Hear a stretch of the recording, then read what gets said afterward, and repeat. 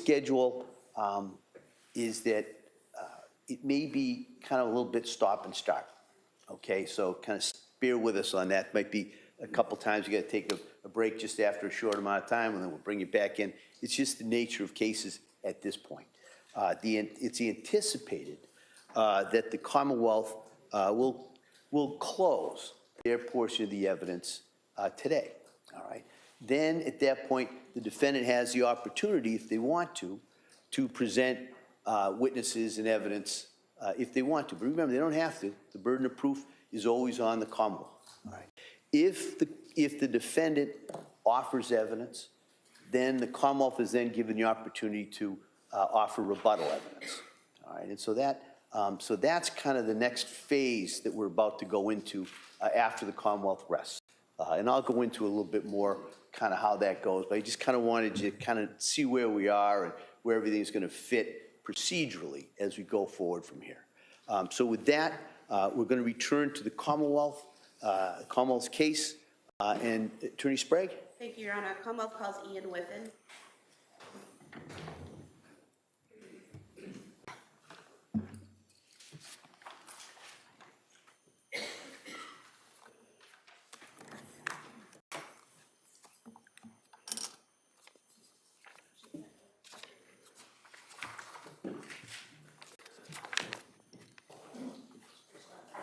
Good morning. This is Alan Swift with the testimony of the evidence you shall take to the court. The uninterrupted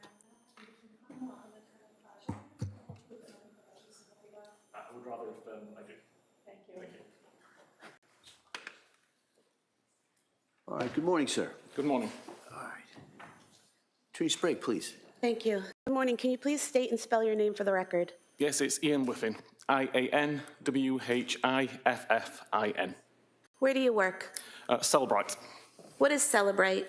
Cellbrite is a digital intelligence company working in the digital forensics field. And how long have you worked there? Since 2020. What is your role at Celebrate?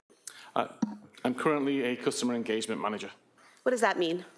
I work with customers, helping users of our tools to understand the digital evidence that they're finding and presenting. And what does digital evidence consist of? Any information which is extracted from a cell phone, primarily, or from a computer, which can be interpreted by the examiner and presented as evidence. It could be call history, messages, location data, media, anything that you can find from a digital device. And could you just briefly describe your educational and training background that qualifies you to do this work? Yeah, I've worked in IT for many years. In 2013, I began my career within Calgary Police Service in Canada as a digital forensics examiner. That was after spending approximately 9 or 10 years working as a patrol officer in the UK and in Canada. As part of my role as a digital forensics examiner within the Calgary Police, I went on numerous training courses. The Canadian Police College, they did an introductory course into digital forensics, and then further courses focusing on mobile data provided by some vendors, such as Blacklight or Cellbrite at the time, as well as further courses presented by the Canadian Police College, specifically about cell phones. And Celebrate, the software produced by Celebrate, is that software used to extract and analyze data from cell phones and computers? Yes, there are several tools within our catalog. One of them is designed to extract as much data as possible from a cell phone. And then one of the other tools is designed to take that extracted data, decode it, decrypt it, make sense of it, and provide it to the user in a way which can be searched, filtered, organized, reported, and presented.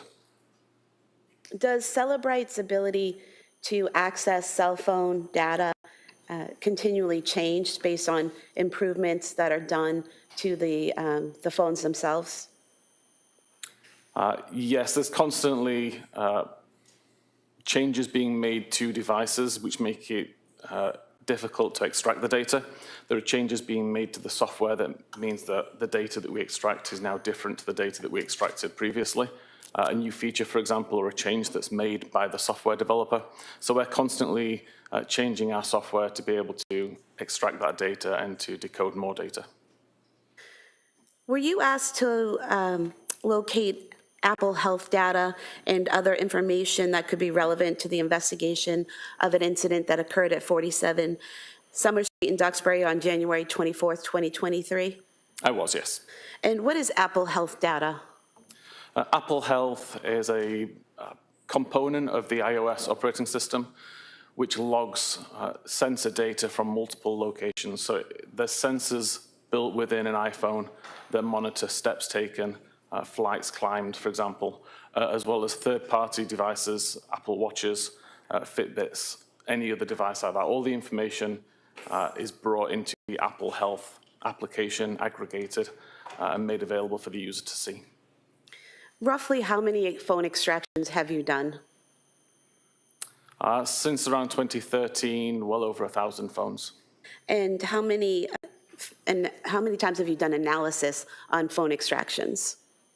The analysis is part and parcel, so of those 1,000 phones or so which I've extracted, I've done analysis on all of those phones as well. And then you've also done analysis on extractions, like in this case where someone else did the extraction and provided the information to you and you did the analysis? Correct, yeah. Whenever I'm helping customers or users of our tools, they may provide me with the extracted data. So the data which I'm analyzing is more than the devices I've extracted. And have you testified previously in courts about what you've done in terms of extracting and analyzing information? Yes, I've testified in multiple courts around the world, approximately 28 times. Now, you received a copy of the extraction for Lindsay Clancy's iPhone 13, correct? Correct. And when you received that extraction, did you also want to know all the specific information about the case and the investigation? Typically, when I'm working a case, I don't want to know a lot of detail. I'd rather come to my own conclusions based on the data that I'm viewing rather than note the intricacies of the case. All I require is an outline, the date that something happened, the time, who was involved, basic information. And in terms of the extraction that was done on Lindsay Clancy's iPhone, that extraction, what type of extraction was it? That's what's called a full file system extraction. It's essentially all of the data which is being extracted from the device that is still live. And did you use specific tools to conduct your analysis? Yes, there's the Cellbrite physical analyzer tool created by Cellbrite and also my own tooling. Applications I've been working on for several years. So you've actually made your own tools that allow you to examine phone extractions? Correct. There's some tools that I've been working on since prior to joining Cellbrite. Tools that as an examiner I decided that I needed to create for myself and make available to others. And I still use those tools to this day. And these tools that you used, are those the tools that allow you to examine and categorize the information, the data that you find in the extraction? Yes, the primary point of the tool is to go into the data, decode it, provide it in a way which is easy to filter and search, but also additional tools there that allow you to dig into the data and look at the raw information, the databases, the files, all of the raw information, which is what our tools initially decode. And did you focus in on a particular time frame when looking at the data on the defendant's iPhone? Primarily, I knew that the date of the incident was 24th of January 2023, so that was the main focus of my analysis. But some of the data I was aware could be from further afield than that, so I took a look of, I think it was around 3 weeks before that, so early January to late January. Were you able to look at the health data on January 24th, 2023 that was in the defendant's phone extraction? I was, yes. And what is health data? And how does it show up on a phone? The user of the phone would be able to access the health data via the health application. where the information is broken down to explain how many steps have been taken over a particular period of time, the approximate distance that was traveled, the number of stair flights that were climbed. That data is stored on the device itself in a database. So as a forensic examiner, I can take a look at that database in its raw form, and understand exactly where that information is coming from, and present it to the user of our forensic tools in a slightly more forensic-friendly method than the user of the application on the phone would see. Showing you on the screen here, page 4 of your report. Looking here, we have a section here, heart rate data, is that correct? Correct. And you're able to see here, what can you tell about the heart rate data from the extraction? So heart rate data comes from wearing an Apple Watch or a similar device, not from the phone itself. In the case of this phone, there was an Apple Watch paired to the device, and all of the heart rate data, which is recorded periodically throughout the day, is stored within the health database. And what was the name associated with the Apple Watch? So as it says in the third paragraph down, the Apple Watch itself was called Lindsay's Apple Watch. And here in the report, you're able to show the recorded heart rates throughout the day. How is the heart rate recorded and sent to the phone? There are sensors on the Apple Watch itself on the rear, which periodically check the heart rate at any given time, and that information is sent to the phone via Bluetooth.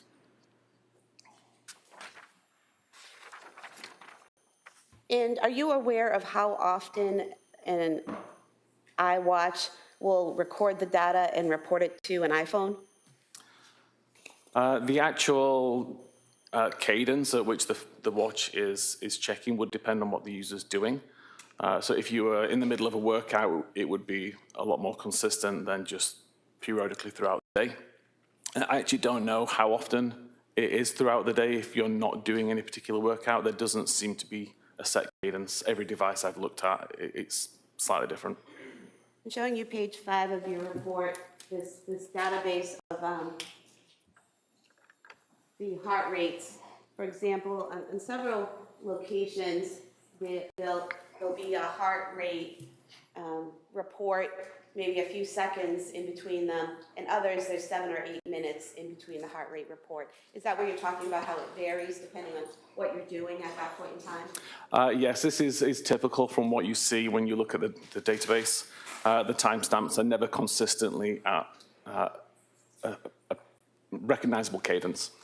And the highlights in green, what do those represent?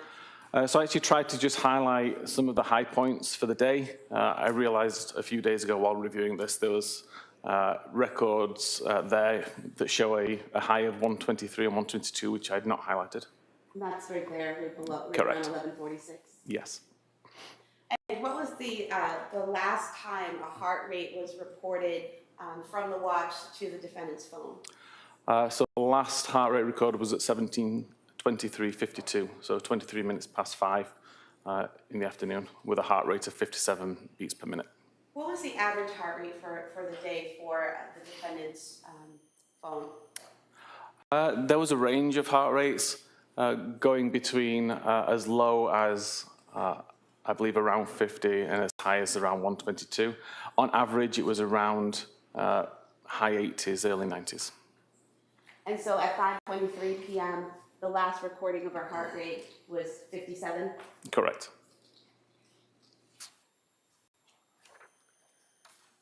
And there aren't any further heart rates reported to the phone after that point, correct? That's correct. And what are some of the reasons why a watch would no longer be reporting a heart rate to the phone? If the watch was taken off, if the watch was turned off, If the battery died? the battery was dead, yes.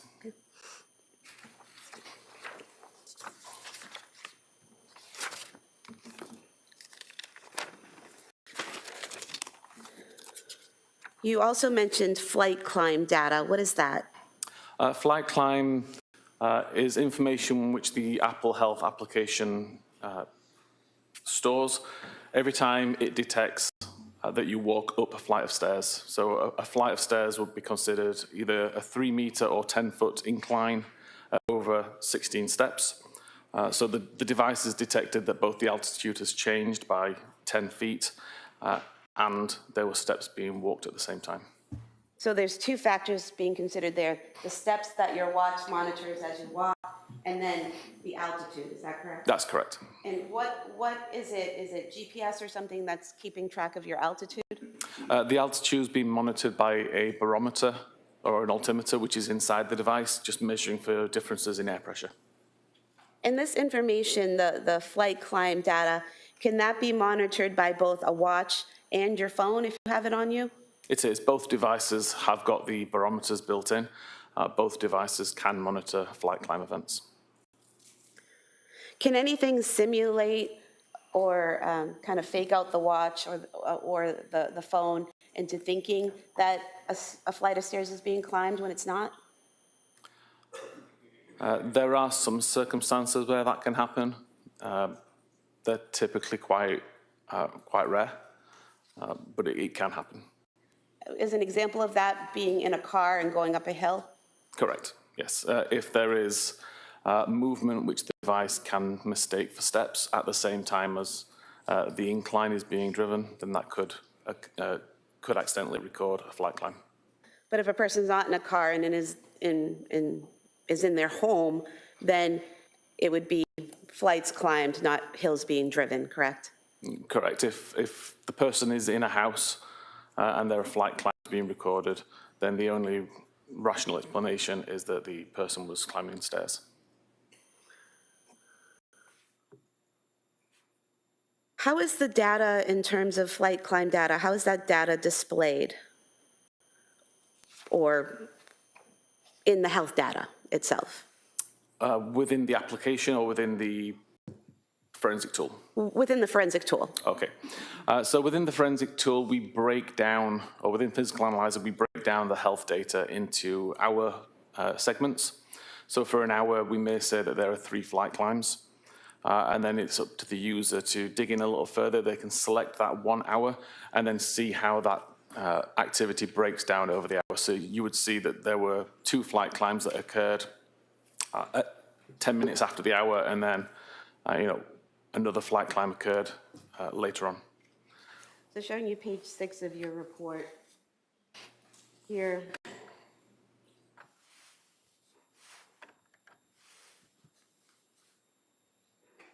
The top box here, is that showing the general hour data where 3 flights have been climbed? Correct. So in this case, the user's looking at a time period between 10 a.m. and 11 a.m.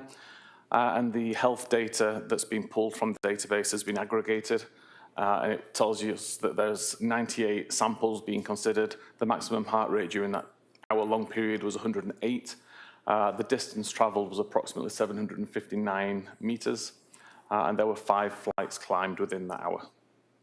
And then below that, you break that down a little further, correct? Correct. So this is further down the screen in the interface, where we can see an actual time of 10:17:27, where there's 2 flights climbed.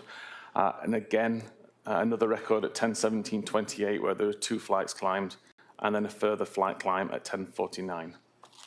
And then going down to the bottom here, this table, what are we seeing here in this table?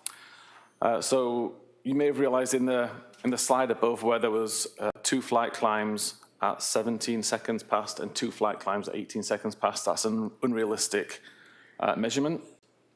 It's because one of those measurements comes from the phone and one comes from the watch. This table breaks it down to say which of these records came from the watch and which came from the phone, because there are some which overlap. So what you're saying is the prior table showed 4 flights of stairs being climbed at the same time within seconds, which isn't rational. But this breaks it down to show some of that data is coming from the watch and some of it's coming from the phone, correct? Correct. So if we look at records at 4 and 5 here, for example, we can see a start time of 10:17:27 and an end time of 10:27:06, where the watch recorded 2 flight climbs. And then 1 second later, a start time, and 2 seconds later for the end time, we see the watch also detected 2 flight climbs. This is just the same 2 flight climb events that happened, but both devices recorded those flight climbs with slightly different timestamps. And that will happen if I'm wearing my watch and I have my phone in my pocket and I go up the stairs? That's correct.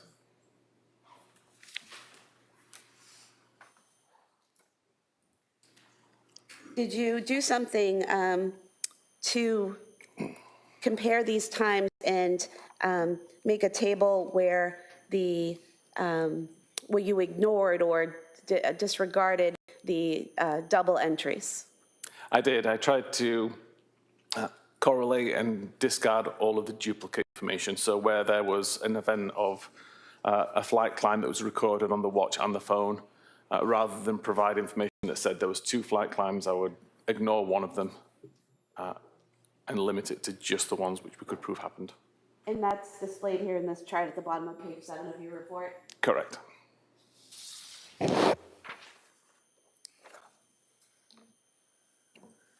Going to page 8 of your report, we have here at the top of page 8, does that show the last flight climbs recorded on either the defendant's phone or watch?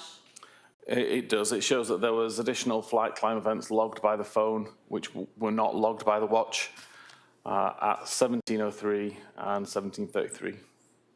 So these records indicate that at 5:03 p.m., the defendant's iPhone was with the person as it went up the stairs, and then at 5:33 p.m., the iPhone was with the person as it went up the 2 flights of stairs. Correct. And there's a time difference there. The start time is 5:33 p.m. and the end time is 5:38 p.m. For 2 flights of stairs. So that's roughly 5 minutes in between the 2 flights. Is there a way to explain that length of time? The way that Apple Health data records this information, aggregates it, it tries to group events together. So in this case, it would have recognized that there was a flight climb on the phone at around 17:33:34, and a second one at around 17:38:33, and it just grouped them both into one event. It doesn't mean that it took 5 minutes to walk up 2 flights of stairs. It's just within that 5-minute period, there were 2 flight climbs. So if I have my phone in my pocket and I climb up a flight of stairs and then I spend a few minutes on that floor, and then still with my phone in my pocket, go up another flight of stairs, that's representative of what we're seeing here at 5:33? Correct. There tends to be around a 10-minute window where it tries to check every 10 minutes, but it can reduce that window in a case like this where it sees that there's group data within a smaller time period. And then further down on page 8, we have another table here, which seems to have combined data of heart rate and flight climb data. Is that correct? Correct.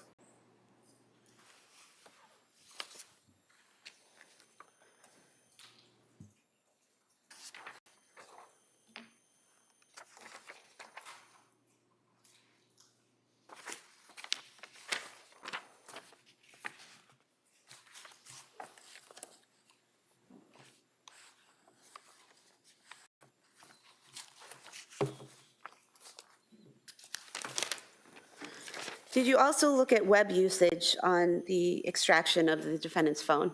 I did, yes. And what did you do to look at the web usage on the phone, and what time frame did you look at? For web usage, I expanded the time of interest to early January to the 24th of January, and just took a look at any web history over that time. There was over 1,300 records recovered. I took a cursory look down that list and highlighted some which potentially were relevant to the case, and then provided the 1,300 actual records as a appendix report. And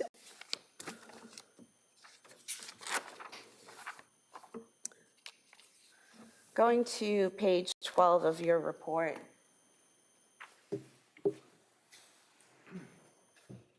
looks like you started here on January 10th, 2023, is that correct? That's correct. And basically here you list various searches that occurred on each day between January 10th and January 24th from the extraction, is that correct? That's correct. Broken down by day with the time of the search, the website that was visited, the title of the web page, and then the identifier in the database.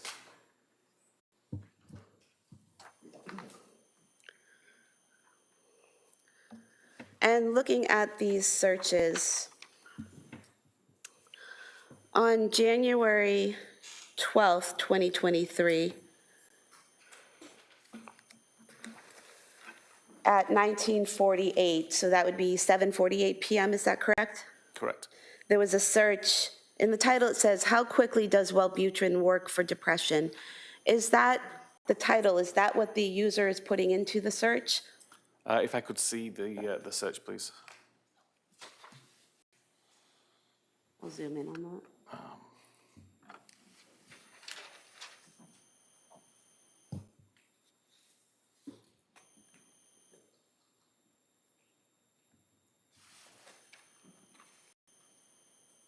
Yeah, so the top entry here we can see starts with https www.google.com/search ?Q. The text after the Q, how quickly does Wellbutrin work, is what the user searched. Typically that is exactly as the user typed it, assuming that there are no auto-completions in place. In this particular case, it appears it was searched using Safari. So there's no auto-completion. That is essentially what the user typed in. And then the title, how quickly does I can't say that word, I'm afraid. Wellbutrin, thank you. Work for depression, Google search, is the title of the page which Google assigns. So where it says after the Q, how plus, quickly plus, does plus, the user's not putting in those pluses, correct? Is that, what were you calling those? So that's part of the attribute. It's how the data is encoded in a URL or in a web search. You can't have spaces within this address string, so they replace the spaces with the plus symbol. So I type in how quickly does, and the computer adds the pluses in the space marks? Yes, it's URL encoding to make it safe for the browser. And then at 7:49, there's a search for Lamictal for depression. Yes, and depression spelled with a B at the end instead of an N, which demonstrates that this is what the user typed in rather than a page that was being visited. And then a few minutes later at 7:55 p.m., the user typed in Elavil for depression, correct? Correct.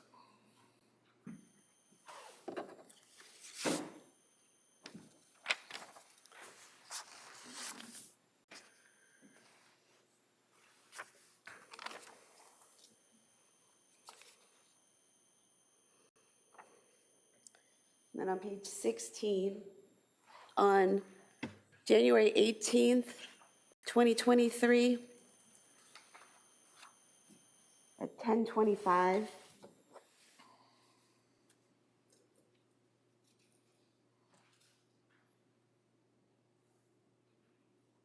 we have a search there, ketamine for suicidal ideation, is that correct? Correct. And again, that's the user typing that in. Yeah, again, those words were typed in by the user.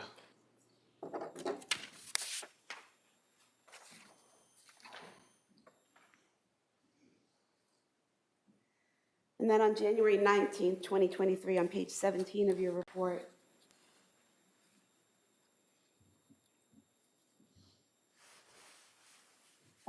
we have symptoms of postpartum psychosis searched on January 19th. Correct. And again, so we're looking at, this is AM, correct? 9:24 AM that was searched? Yes, the morning. And then 9:30 AM, there's another search for psychosis symptoms? Yes.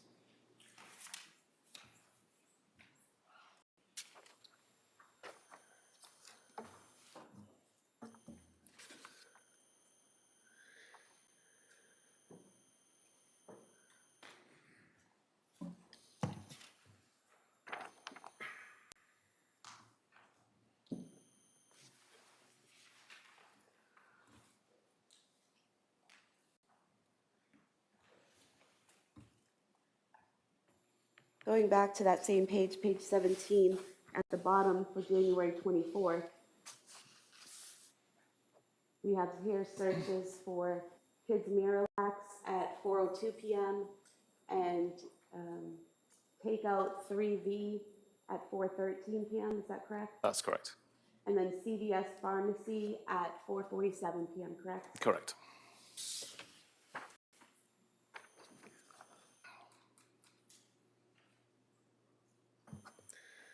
There was also an Apple note that you found in the records, correct? That was. The Apple note, in your report, it says it was created on December 22nd, 2022 at 10:23 a.m. Strike that, and then modified at 10:23 a.m. on January 23rd, 2023, correct? Correct. And are you able to tell what in the note was modified? No, there's no real auditable log to look back and see how many times it's been modified over the course of its life. I was able to do some amount of recovery to see that on the day it was created, it started in a very similar way to as it's written on the 24th or 23rd of January, but the exact changes between when it first was created and the last time it was modified, we don't know. And then you also looked at messages, correct? Correct. And were you able to compile the messages that were sent and received between the defendant and her mother and the defendant and her husband on January 24th, 2023? I did, yes. And were you able to arrange it using the tools that you use in a way that looks like you might see it on your phone? Yeah, I tried to prepare it in a report which would be easy for any viewer to understand based on their own usage of text messaging.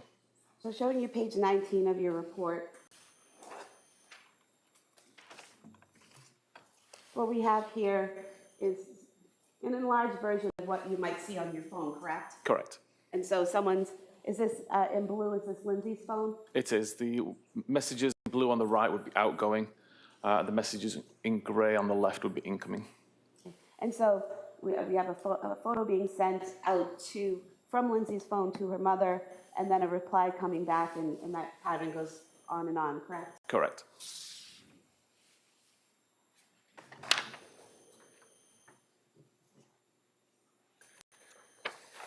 And then looking at page 22, you were able to do the same in terms of her contact with Patrick Clancy that day, correct? I did, yes. And so in gray, we have Patrick Clancy sending a message to Lindsay Clancy, and in blue is the response, correct? Correct.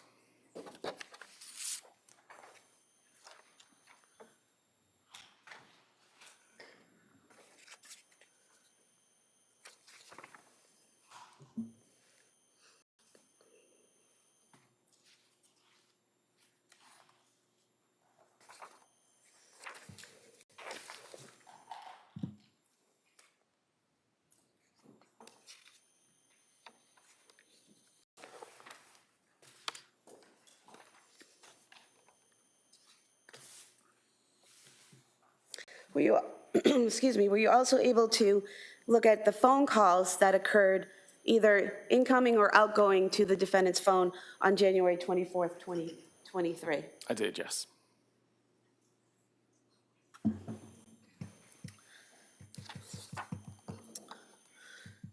And looking at page 27 and 28 of your report, first on page 27, just looking closely at the phone. Here in the report, it says 2024. Is that a typo? Is that supposed to be 2023? That's meant to be 2023, yes, I apologize. Okay. And so what we see here, can you just tell us what these columns are?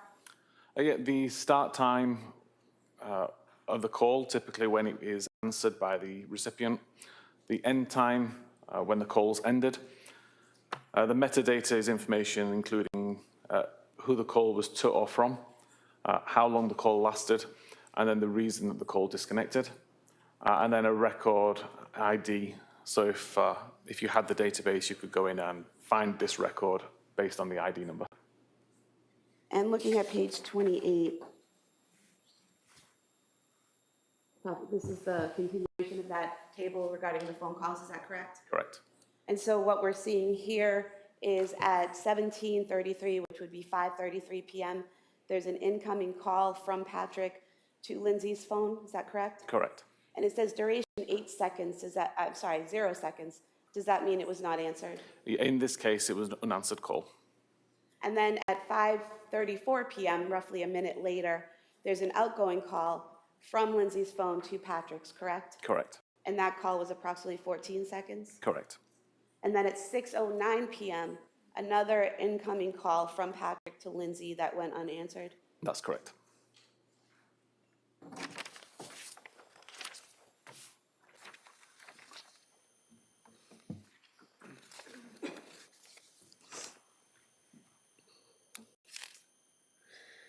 Now, you also, in a section you call media, you have some photographs that were taken from the phone with some metadata included, correct? Correct. What is metadata?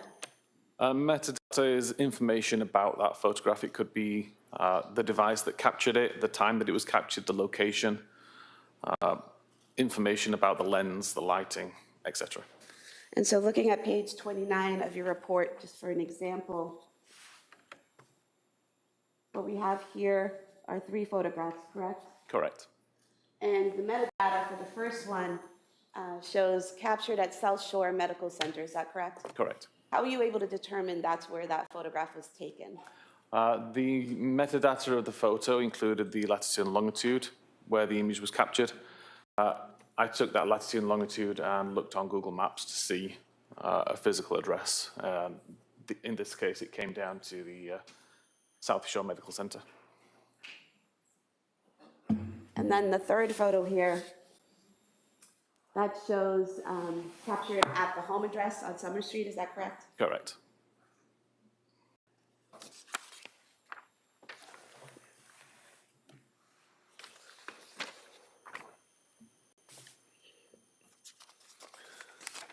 And then you looked at device usage. What is device usage? Device usage would relate to how the user is operating the device. So when they have it unlocked, locked, what applications being used at any particular time.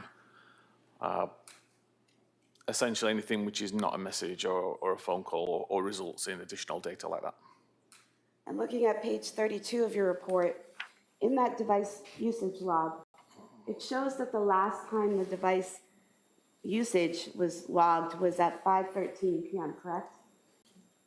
So this table relates just to the locking and the unlocking of the device. So the last time the device was unlocked was at 17:13:16. The device was locked again around 2 minutes later at 17:15:12, and the device was not unlocked again. And so where the device was not unlocked again after 5:16 p.m., but we have a phone call being made at 5:34 p.m., how does that happen?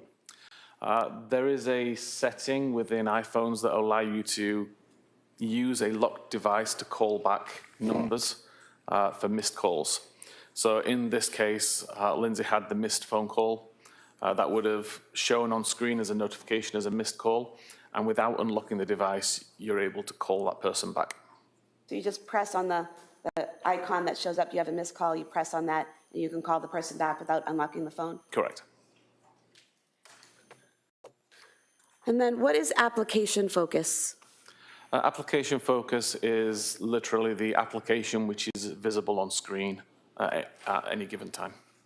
And at 4:13 p.m., 16:13, on January 24th, you've highlighted it in green here. What are we seeing there? At 16:13:23 until 16:14:50, the Apple Maps application was being used, visible on screen.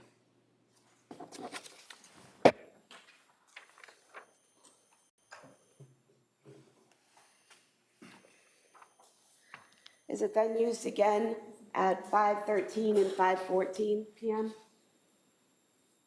Or is that a different application? So at 5:13 until 5:14, it was mobile Safari, so the mobile version of Safari, the internet browser, was on screen, and at 17:47 until 17:15:08, it was the mobile SMS or messaging application, which was on screen.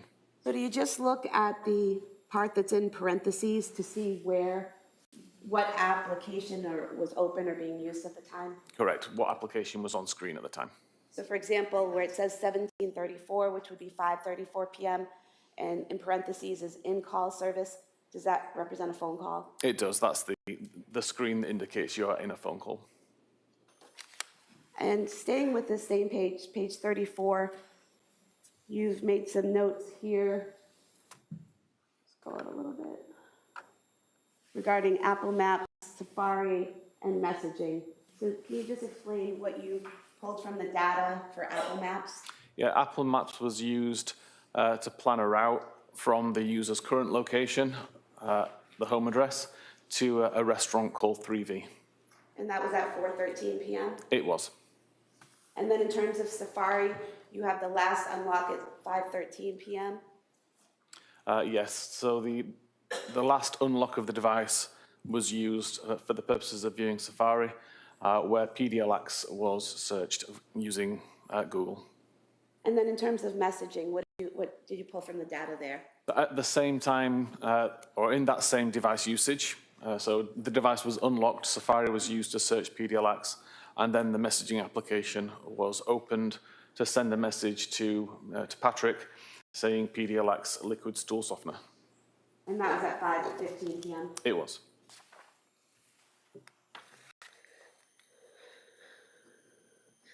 And then did you create a timeline combining all the data that we've talked about into one timeline? I did, yes.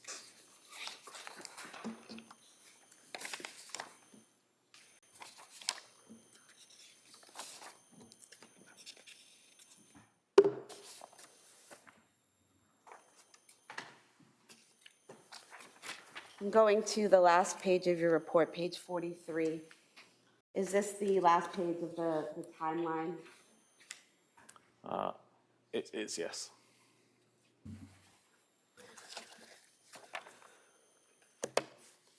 And in that page, can you explain what we're seeing here? Yes, so the very first column is the timestamp. The next few columns, which show typically colored, is related to the activity, which will become a little bit clearer in a moment. The row or the column in the center explains what the record is. So if, for example, we look at the 17-13-16 record, we can see a U, which means the device was unlocked in pink. That unlock event lasted until 17-15-12. So hence that entire column is in pink and shows the relevant lock event. So here we have 5:13 device unlock, Yes, 5:15 device lock, and there's this column connecting them, correct? correct. And then any activity that happened during that unlock time is then shown within the rows between. So again, we see Safari open at 17-13-16. Safari was closed at 17-14-47. Messaging was opened at 17-14-47. While messages were open, there was an outgoing message sent for PDLX. Then messaging was closed. Messaging was opened again, and messaging was closed prior to the device locking. So everything in the colored columns tries to show all of the events that happened at the same time or during that parent event. And what we have here at 5:33 PM, we have the flight climb started, is that correct? Correct. And flight climb ended at 5:38, so Yes. that line again connecting them? Correct. So 2 flight climbs occurred during that time period. And in between when the flight climb started and the flight climb ended, you have the 2 calls, the incoming call that was missed from Patrick and then the outgoing call to Patrick, correct? Correct. So the first flight climbed had already been started. Someone had already started climbing up a flight of stairs when that first unanswered call happened, correct? So flight climb started is how it's listed within the database and within the software. But it actually, the flight climb time is when the flight climb has been recognized by the device as the device has already climbed up those stairs. So even though it says flight climb started, that's technically the time that the flight climb, or the first flight climb had ended. So where it says 5:33, flight climb started, that actually indicates the person has gone up that first flight of stairs already. Yes, that indicates the phone has now realized I'm 3 meters higher than I was the last time I checked. Therefore, a flight climb has already been completed at that point. And then the calls happen, and then the phone realizes at 5:38 that another flight has been climbed. Correct.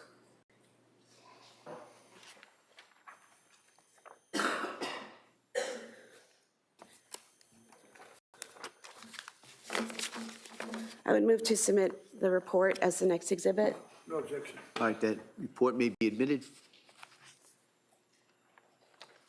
it 266? I have nothing further. All right.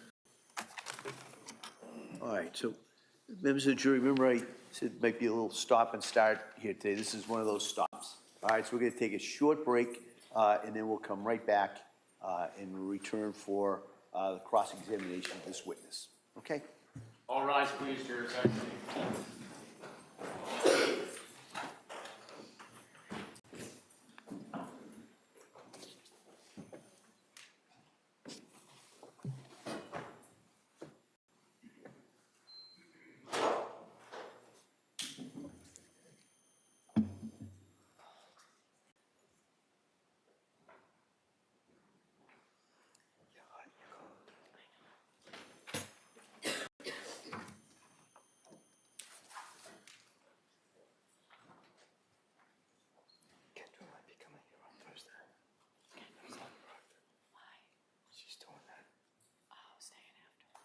Jurors have exited the court. Court's in session. All right, so the court will be in a short recess at this time. Thanks. Court, all rise.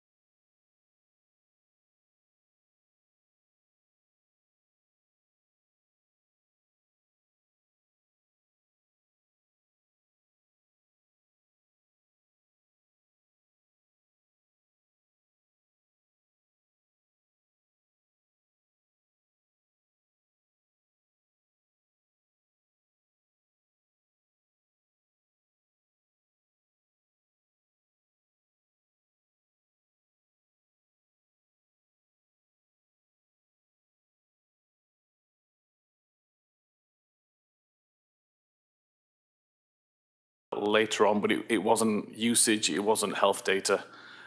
It would have been things like incoming calls, if Okay, there so were any. when you went through the stair climbing and talked about the steps that were taken, the distance that was taken, that stopped at 5:38 PM, right? Correct.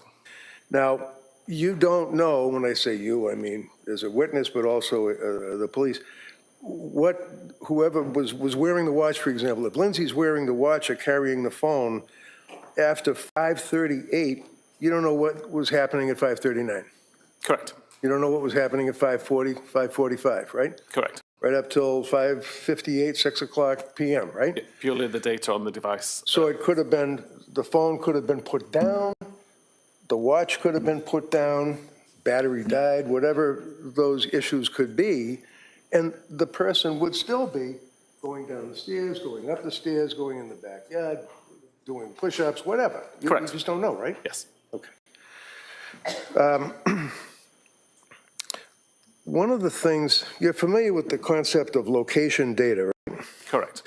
And location data, one of the things you looked at or you're aware of would be from Lindsay's phone on August 23rd of 2022. Is that correct? Apologies, August 23rd, 2022? Yeah. I didn't go back Okay. anywhere near that date. You have tested and written blogs, though, on location information, right? Correct. You actually testified in the case of Commonwealth versus Victor Arrington in Suffolk Superior Court in Boston in support of the accuracy of this particular artifact or information, right? Correct. So you're a true believer that the phone does in fact record accurately significant locations on the iPhone, right? It certainly can, yes. All right. And are you aware, or if I was to approach you in your expertise,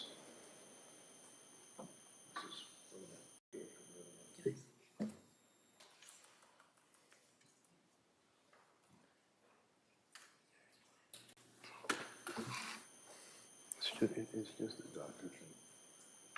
That's all.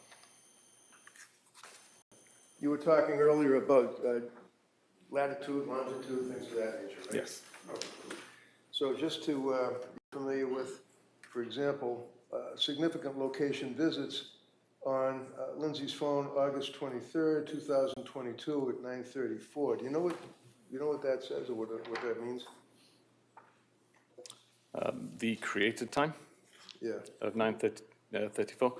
That'd be when the device decided that the device had visited this location enough to consider it a visit. Okay. Do you know what that location is? If I suggest to you it's a doctor's office, would you be aware of that? I don't recognize it from the coordinates. Okay.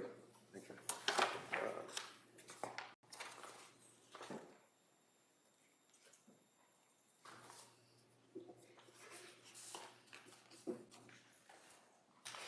This here you're familiar with too as well, right?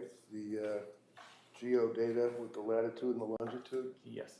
And you're familiar with the fact that you can take the metadata off of the information on the cell phone, one of which would be latitude and longitude. You'd be able to determine, for example, that this would be the Lindsay Clancy home, correct? Yes, correct. You've seen this before, right? It rings a bell, yes. Okay. I'd offer this room. Any objection? No objection. Okay, that may be admitted. Thank you. All right, thank you. Now, you have your report in front of you, right? Yes. And that's captioned Digital Forensic Report, and it's in evidence, so the jurors are going to be able to review it in its entirety, right? Yes. If I could direct your attention to page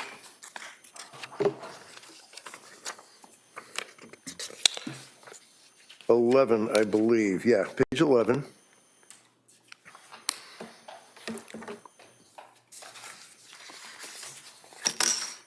Okay? Yes. And just so the jurors are able to acclimate themselves to it, that would be this item here that you went through with the district attorney, right? As far as the searches, Google searches, I have a different page 11. different page? That looks like this page 12. Oh, okay. Well, let me approach you with what is your digital forensic report, report number 1? Yes. Yeah, okay. Is this the same? So this is a revision. A revision? The revision submitted in February that just had a different record highlighted. Yeah, okay, so basically there's no big deal difference, right? Correct. Okay, so we can go by, you have the revised and I have the old. Can you look at January 10th on the Google search, for example? I can. You have it? Yes, sir. So looking at January 10th of 2023, just read along with me, and the jurors, again, would be able to look at this in the jury room.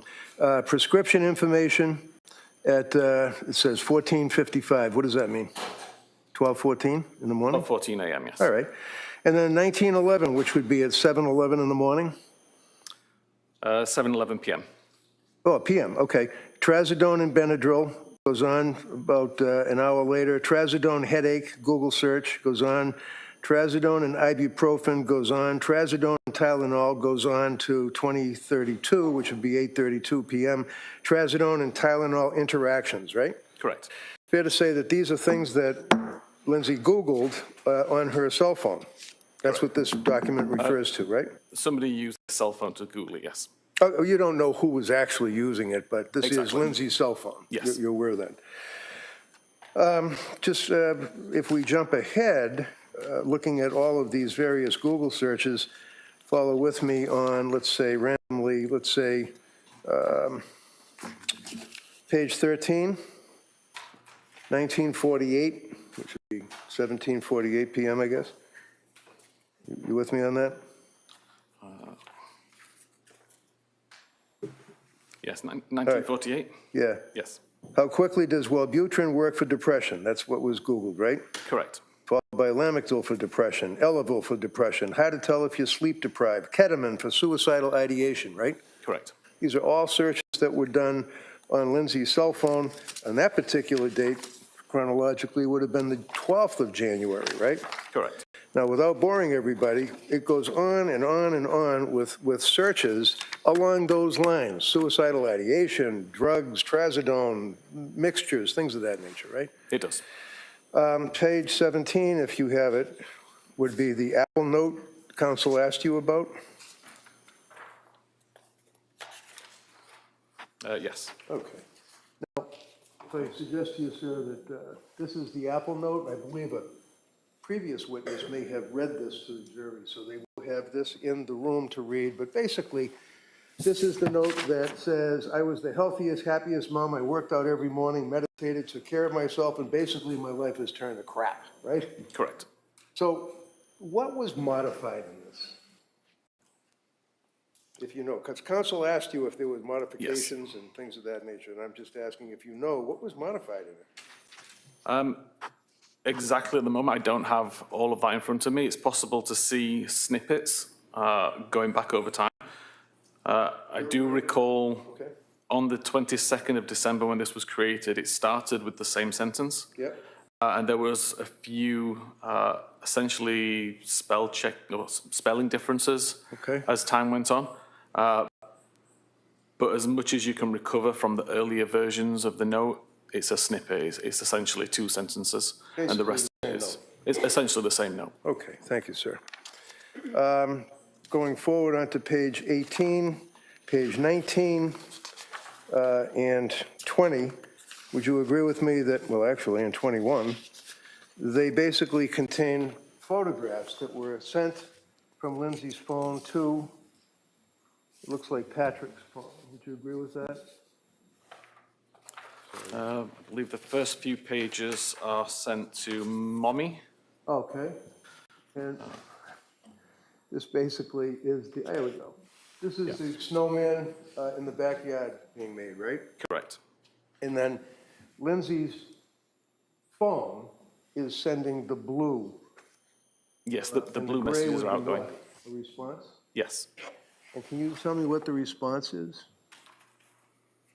The one on screen at the moment is the response sent from Mommy to Lindsay's phone saying that's a big roll of snow.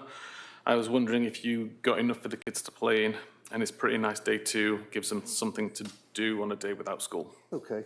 And then your report then goes on with additional photographs of the snowmen. There's a box of Cheerios, apparently. And then there's a photograph of a young boy appearing to be very exuberant with his arms up in the air. And then there's Lindsay's phone responds with a picture of a little girl with a mask on, right? Correct. And this is a conversation with Patrick. Patrick, okay, so are you able to tell what Patrick said, if anything, when he sent the picture of the little boy with his arms up in the air? So at the very top of that message above the photograph, it says, got himself dressed. And that would be the message that was sent alongside the photograph. Okay, and then what was her response? Initially, it was just the photograph. Did she respond any further in your report? Or your research? Sorry? Did you see any response in your research of the phone? I don't remember seeing any response. All right, can you look at page 22? Yes. Okay, and this would be on January 24th, 2023, and it looks, what time is that? 8:19 in the morning? Yes. Okay, so if I suggest to you, sir, you can even look in your report, this is in the same thread with the little girl making the snowman, and the text about, it looks like a nice day, hoping you got snow, things of that nature.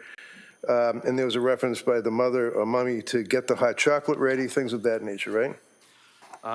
The message at 8:19 a.m. that says cutie was sent by Patrick in Okay. a different thread to the snowman photographs. Okay, but I'm asking you about the one that's underneath the snowman and the mummy text, the last commentary is get the hot chocolate ready? Oh, yes, that's the one Okay. from...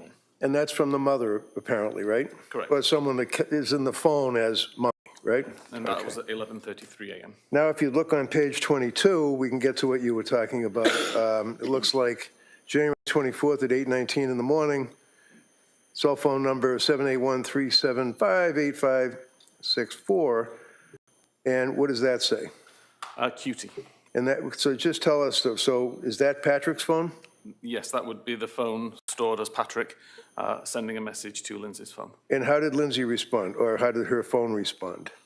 It appears that Lindsay reacted to an image with the love emoji. Like a little heart thing? Yes. And then what did Patrick say? Patrick asked, how's it going? What did she say? Good. And then did she say anything further? Yet she also responded, okay, her urine looked good, so nothing going wrong with her kidneys, a few. So she indicates that her urine looked good, nothing going on with her kidneys, and then phew, like whew, you know, something like that, right? That's how I read this. P-H-E-W? Yeah. Yes. And then he said good, right? Yes. And then as you go forward, there's more pictures of the kids with the snowman, making the snowman. Patrick then says to her at 11, looks like 11:29, am I reading that right, in the morning? 11:29, 12. What does he say to her? You're a good mama. And does she respond? She responds with an emoji, which is the face covered in hearts. The face with the hearts? And then they go back and forth with each other up until getting the menu and asking what you want for takeout and things of that nature, right? Correct. Page 25, just in case you were looking. All right. Can you look at page 28 for me? And page 29, I can hold them up. Basically, they basically are just a continuation of photographs, little thumbnails of the kids doing snowman and sitting in the doctor's office, right? Correct. Okay.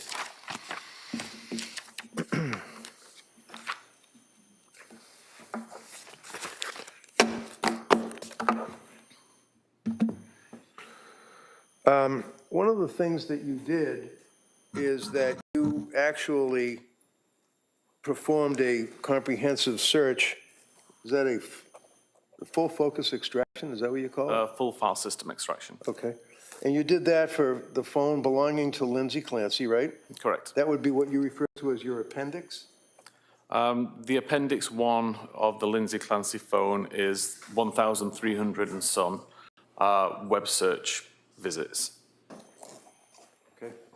So I'm going to hand you what says report number 1. iPhone belonging to Lindsay Clancy and ask if you can recognize that.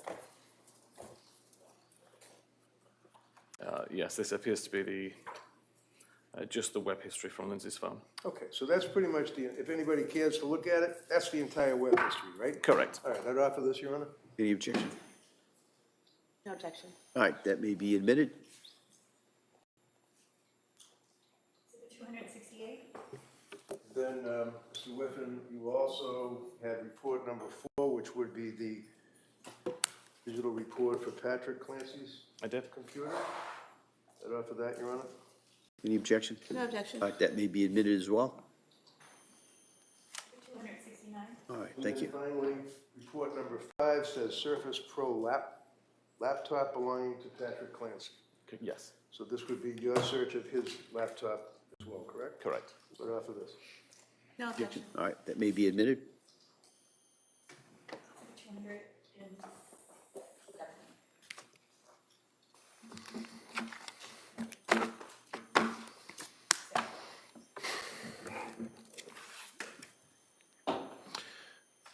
Approaching you with an item, sir, I'm just going to...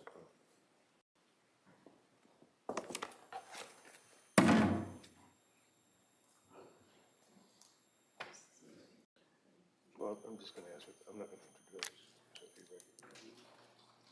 it. No problem. This says extraction report, Apple iPhone. You recognize that?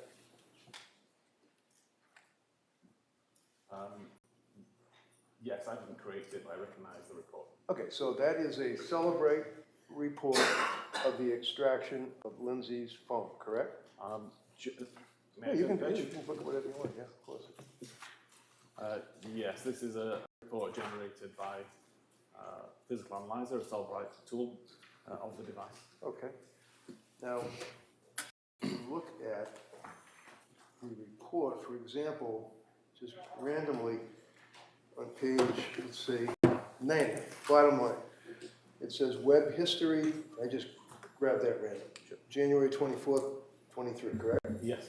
And then you go to the right, and it says Lindsay's iPhone mobile library? Yes. Okay. And then it has the time that it was recorded, right? Yes. And what time would that be on that date, which is January 24th? It would be 9:35 local time in the morning. So if you jump ahead to January 25, 2023, let's say, is that 7 o'clock in the morning? Yes. Okay. And that says, what is it measuring at 7 o'clock in the morning on January 25? So this is for the hour of health data. So it's been aggregated and it shows that between 7 a.m. and 8 a.m. There was 47 meters traveled. Okay. And then it goes on and it talks about, again, 7 o'clock in some seconds, it talks about 134 distance traveled. Yes. Okay. And, for example, January 25 at 8 o'clock in the morning, it talks about distance traveled, steps counted, and distance would be 47 Yes. meters or feet? Meters. Okay. So is that information that is coming off of the cell phone, the Apple Watch, or what? That's coming from the watch and the phone and being displayed Right, as so- one amount of information. It's coming from the watch, right? The way that the data is presented there, it's coming from the watch or the phone. Okay. And the data's coming from Celebrate, right? Correct. And Celebrate is God's gift to cell phone searches, right? I like to think so. I mean, you work for them, and you're also a guy that created all of this stuff for them, pretty much, right? I've created some other tools, yes. If I tell you, sir, that January 25 at 8 o'clock in the morning, Lindsay Clancy was in a coma, laying in a bed with tubes coming out of her body and certainly not wearing her Apple Watch. How did that happen? Based purely on the report there, I'd suggest the data came from the phone rather than the watch. As I just told you about the watch. Did you ever look at this watch? No, we can't actually pull data directly from the watch. We pull it from the How phone. do you look at a watch? We extract the data from the phone, which is synchronized to the from the watch to the phone. Okay. So I'm handing you, is that an Apple Watch? It appears to be, yes. Okay. And if I suggest to you that this was found a number of days later in Lindsay's bedroom in a drawer that the police never seized, have you ever seen this before? I've never seen this before, no. How long have you been working on this case for the government? I started looking at this case in November last year. Okay, thank you. That's all I had, Rich.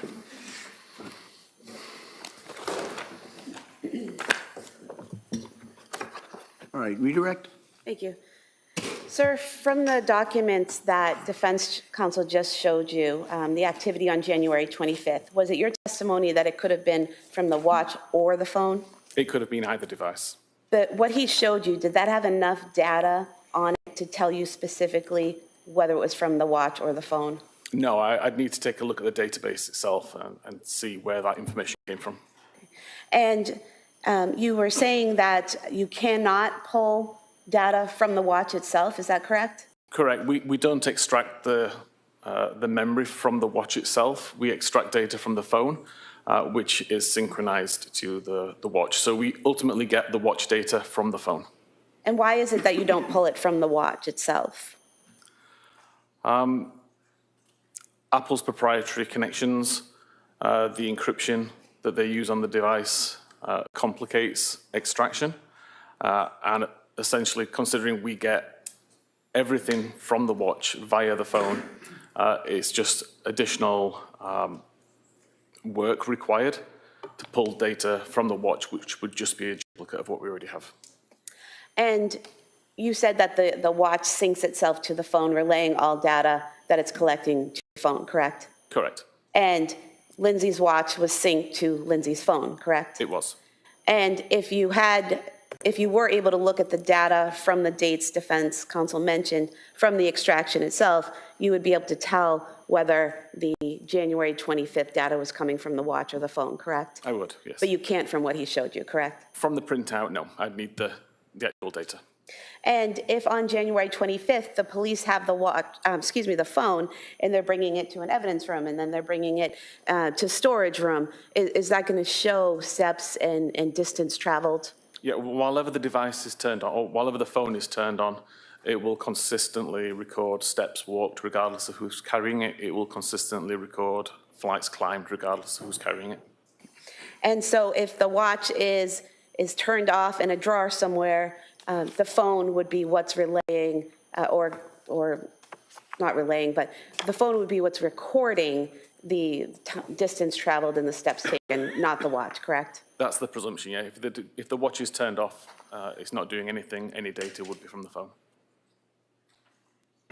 And earlier, defense counsel just put in some exhibits of your indexes for all the data that you looked at for the phone and the computers, correct? Correct. And those indexes, do they contain everything that was on the phone and everything that was on each computer that could be pulled from the phone or the computer?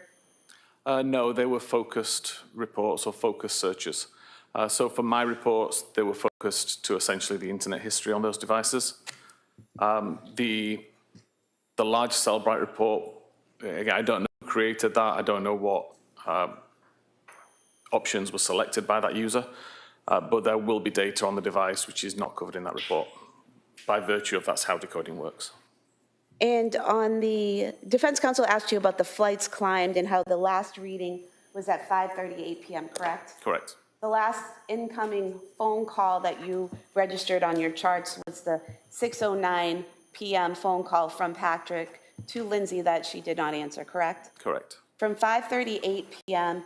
to 6:09 p.m., were there any other flights climbed showing from either the watch or the phone? Don't believe there was, no.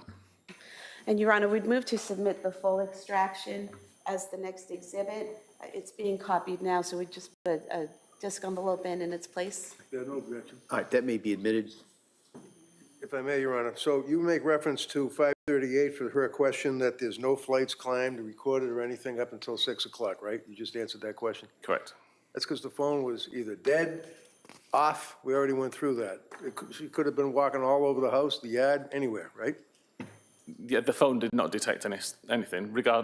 I don't know why the phone didn't detect anything, whether it was, So your answer is you Set don't know down. what, I don't mean to be rude. Your answer is you don't know why, right? exactly, I don't know why it wouldn't Okay. record. And you did not report at all on the steps and distances, did you? I didn't know. Okay, thank you. Anything on that, Como? No. All right, thank you, sir. You may step down. Thank Thank you. you.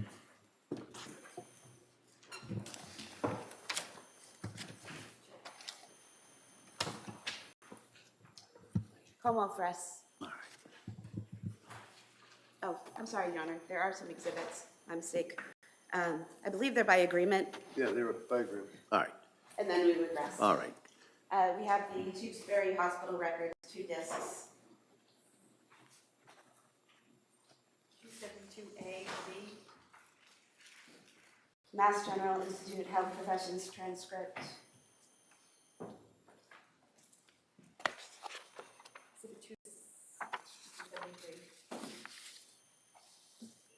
Quinnipiac transcript. Who was that? Quinnipiac transcript. 274.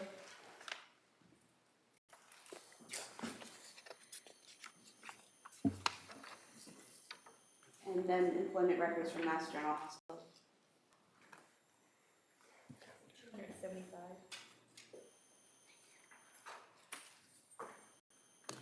We rest. All right, and with that, the Commonwealth rests? All right, all right, so, members of the jury, as you heard from Attorney Sprague, the Commonwealth has rested. All right, so at this point, I've got to address some matters with the attorneys. So I'm gonna, this is another one of those stops, we're gonna take a stop at this point, have you go back to the jury room, we'll address a few things with the attorneys, and then we'll bring you right back in, okay? All rise, please, jurors.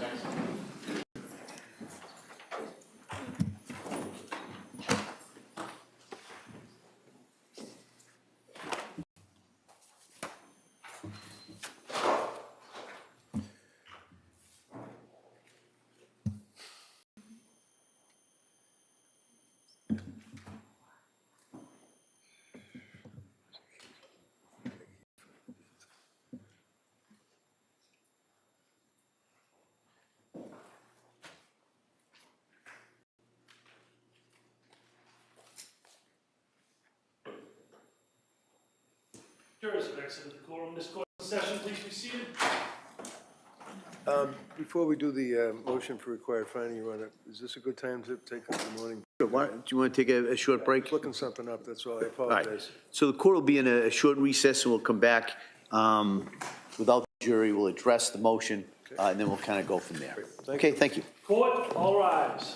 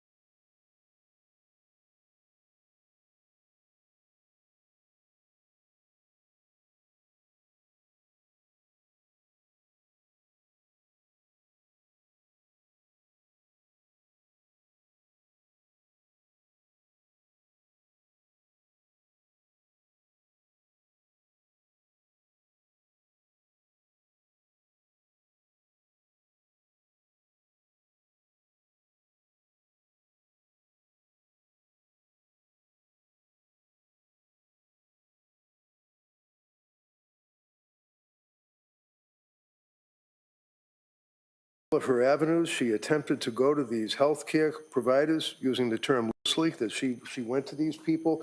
She had medication after medication after medication. She was obviously acting, I suggest to the court, in a state that was observed by witnesses that, in fact, that she was suffering from mental disease or defect, and then ultimately this horrific incident. So under that Brunette-Silvera case, there's no evidence, I suggest, from the government that would rebut the fact that there is evidence of lack of criminal responsibility. So under Brunette-Silvera and the cases that were cited in that opinion, respectfully, I would suggest that a required finding of not guilty should be entered on the case.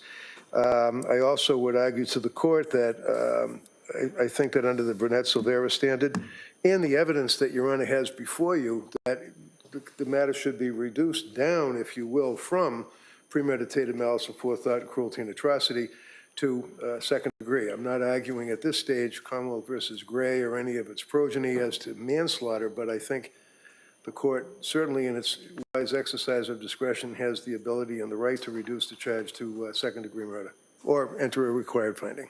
All right, counsel, thank you. Come on. Thank you, Your Honor. The case that defense counsel cited, there was a presentation of the Commonwealth's evidence. Commonwealth rested. Defense called an expert who said that the defendant was not criminally responsible, and the Commonwealth relied on a cross-examination of that witness and did not call any further witnesses. So the motion was filed for a required finding at the close of all of the evidence, which is what's required under Commonwealth versus Lawson, which Brunette-Silva cites and is still good law. An SJC case, 475 Mass 806 from 2016, in which the court says that a motion for a required finding of not guilty by reason of lack of criminal responsibility may only be brought at the close of all of the evidence, not at the close of the Commonwealth's case. In this case, as you're aware, defense plans on presenting experts who testified that the defendant was not criminally responsible, and then the Commonwealth will have a rebuttal case with their own experts. So I think the time and place for the motion would be at the close of all of the evidence and not now. All right. Well, I had an opportunity to take a look at Brunette-Silvera. So based on that and based on the standard as described that I have to apply at this point, I'm going to deny the defendant's motion. I don't think I have to object, but I will. All right. As we say, duly noted. Yes, thank you, Judge. Your Honor, could I inquire? Emily Thorndike is here and has been here. I'm just wondering, is the government ready for us to do the voir dire to see if she can testify? Because she is self-employed, she has patients and has canceled them day after day. I'm just inquiring if we're ready to go on that. All right, so the question I think that we had put this over was in large part because of the records from McLean's. Do we know if those are in? I've been inquiring with Madam Clerk if there's been any status from the clerk's office, and I've told they haven't received anything. We have a call over to McLean. They've acknowledged the receipt. They were waiting for a call back from somebody at the office. They thought that the records were produced on Friday, but clearly that wasn't the case. So we have a call. We're waiting for a return call. I've provided people in my office the Madam Clerk's email address to get it expedited as quick as possible. So we are working to try to resolve the issue, and the hospital has acknowledged they received the subpoena. We just don't have a response yet. And I would just also remind that we discussed this last week and talked about doing this tomorrow on Tuesday in order to get those records and have time for everybody to get them and review them so that a proper examination of the witness can be done in a voir dire. So, All right. Well, let's do this. Let's do this before we start going at each other. We're going to see if the records come in. All right? If the records come in, then we got to determine how long it takes for people to review it and get ready. So if we can do that this afternoon, great. All right. If we can't, I'll hear from the parties as to why we can't. We may have to do it tomorrow. But if we can do that today, I do understand that witness has been here a number of days. But at this point, it's a question of the records coming in, which really is out of both parties' hands. So if the records are in, the parties can get ready, we'll do that voir dire. If not, we may have to do that tomorrow. Okay? All right. Ms. Reddington? ready? Ready for the jury, Judge? Yeah.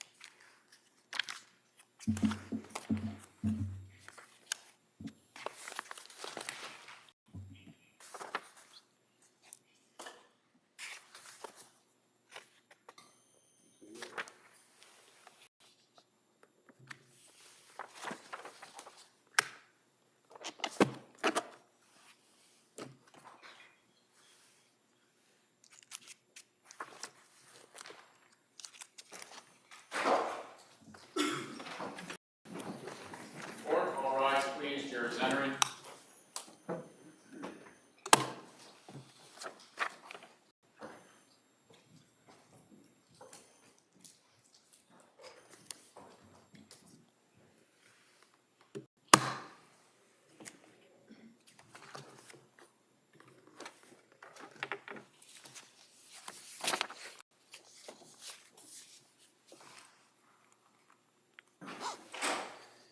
Court is back in session. You may be seated.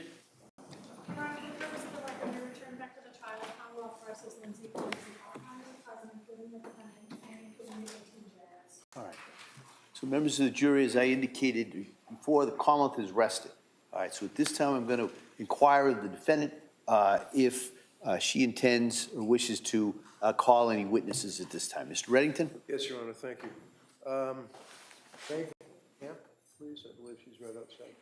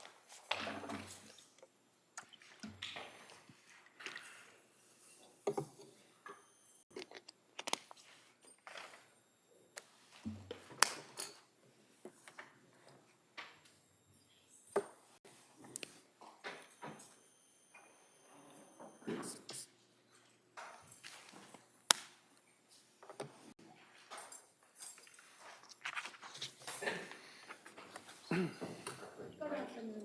Please raise your right hand. Do you solemnly swear that the testimony and the evidence you shall give to the court and the jury in the matter now pending between the Commonwealth and the defendant?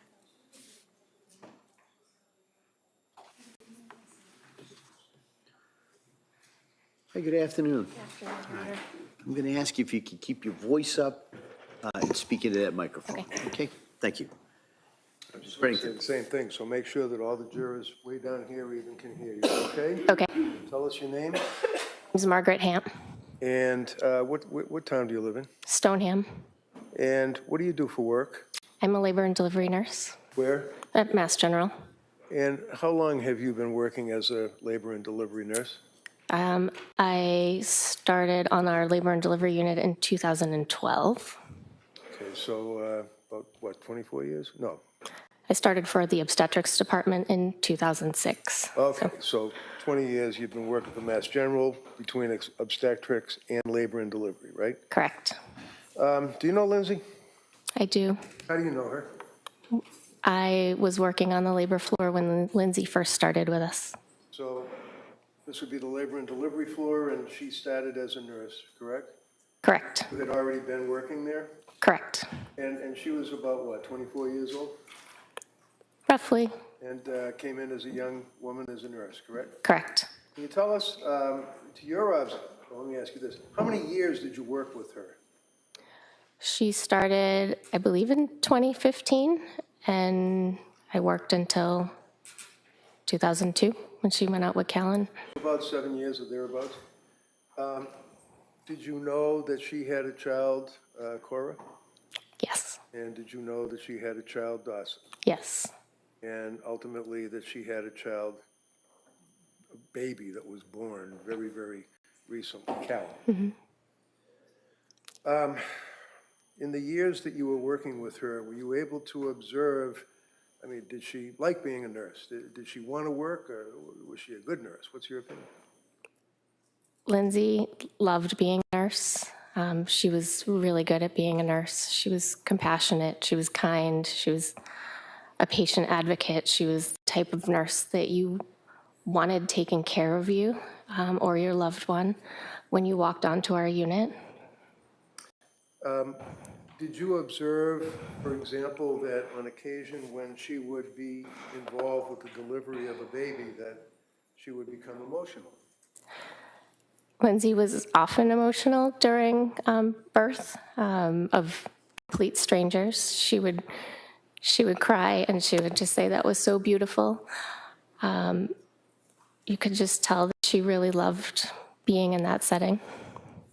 Over those years, right up until the time of Callan being born, fair to say that you stayed friendly with her? Yes, And you're still friendly with her? yes. Can you tell us, did you observe during the time you worked with her how she emoted or felt about her children, all three of them? Yes. Tell us anything that you recall.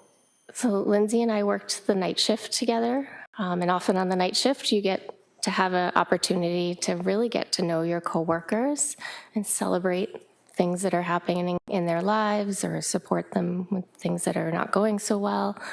Lindsay asked a lot of questions of her coworkers about parenting, simple things as she would poll the nursing staff about monogrammed lunch boxes, right down to sleeping habits. What questions do you ask a daycare provider to make sure that you're in the right place? She was often asking her coworkers childcare, parenting tips. When she had Callan, after Callan was born in the late spring of 22, did you see her after the birth of Callan? I did not see her after the birth of Callan. Were you aware that she had taken a leave of absence from Mass General? Yes. Did you stay in touch with her by phone or text? I briefly kept in touch through text. After Callan was born, I reached out to her and I asked her for her address and how she was doing so I could send her a gift. And then a few months later, she circled back to me to thank me for the gift that I had sent her. Do you recall an incident on one occasion where she was looking or monitoring one of the children and the child was crying and you observed what happened after that? Yes. Tell us about that. Lindsay often checked in on her kids while they were sleeping at night. Again, we worked the night shift, and she had the ability to look at her phone and see what Cora or Callan were doing in their cribs, and she shared that with a lot of us. There was one particular night that Cora was crying. She was probably about 6 months old, and Lindsay never let Cora cry. She wasn't at that point in parenting, and she was very communicative about that. And Cora was crying on the monitor. It was the middle of the night, and maybe after 10 minutes, she started to call Pat, and he wasn't answering. And she got really worried that one, Cora was crying, but now Pat wasn't answering his phone. So in the middle of the night, she called the police to do a wellness check on her family. Okay. And while you were working the night shift, is that pretty much what you both worked together all those years? Yes. Would that be through the pandemic as well? Yes. Would you say that that was quite a bonding experience, being in labor delivery up close and personal with patients during the pandemic at night? Of course, it was a very challenging time as a healthcare provider. Thank you very much. You can inquire. All right, Como?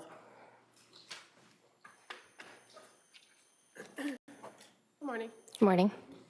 So the incident that you just told us about where Ms. Clancy was watching the monitor overnight, you were aware that the police responded and everything was fine, right? Yes, And you worked with her through 2022 when she went out with Levon Callan? correct.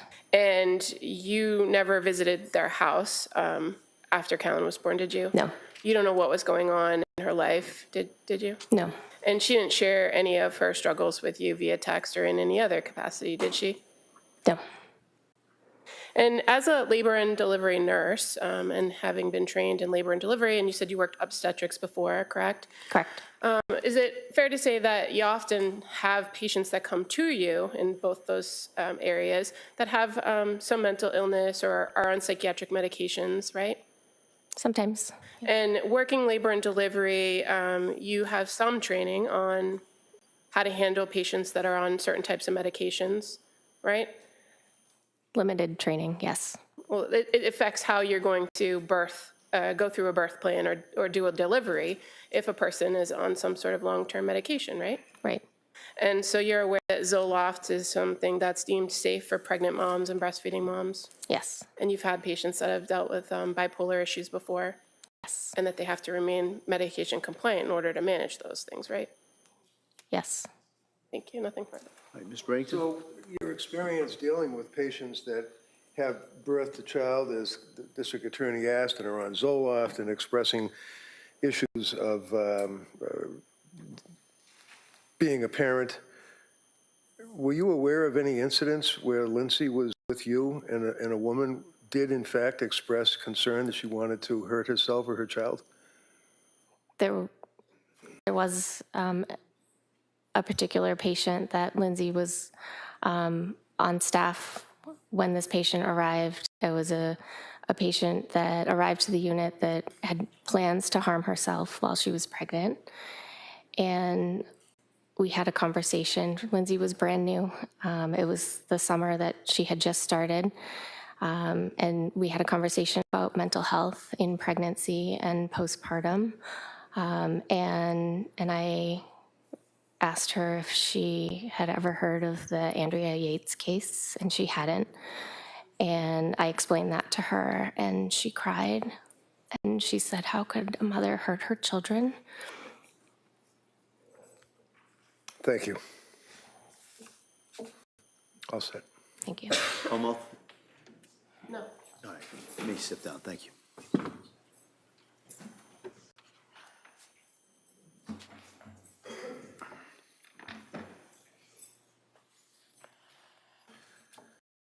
Counsel? Yes, Your Honor.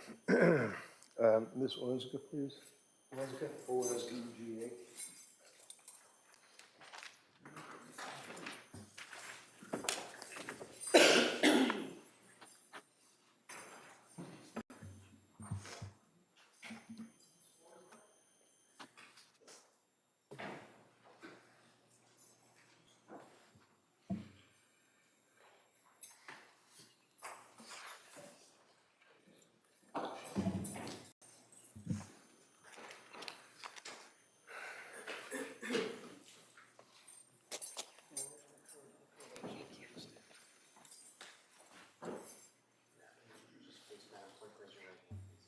You solemnly swear that the testimony and the evidence you shall give to the court welcome and defend the bachelor. Thank you. You may take a seat. Just watch that. Hey, good afternoon. Hi, good afternoon. I'm going to ask you, speak into that microphone, keep your voice up, okay? Okay. Great, thank you. Counsel? Thank you, Judge. Good afternoon. Tell us your name, please, and spell it. It's Allison Ozga, A-L-L-I-S-O-N. Last name is O-Z-G-A. You know Lindsay? I do. How do you know her? Lindsay is my sister. And can you tell us, are you close to Lindsay? Do you live near each other? Do you socialize? What type of relationship have you had with her? We're very close. We haven't lived in the same state for about 10 years now, but we do communicate, and I do think we're very close. And do you text with her on a regular basis? Yes, And you talk on the phone, do you? occasionally.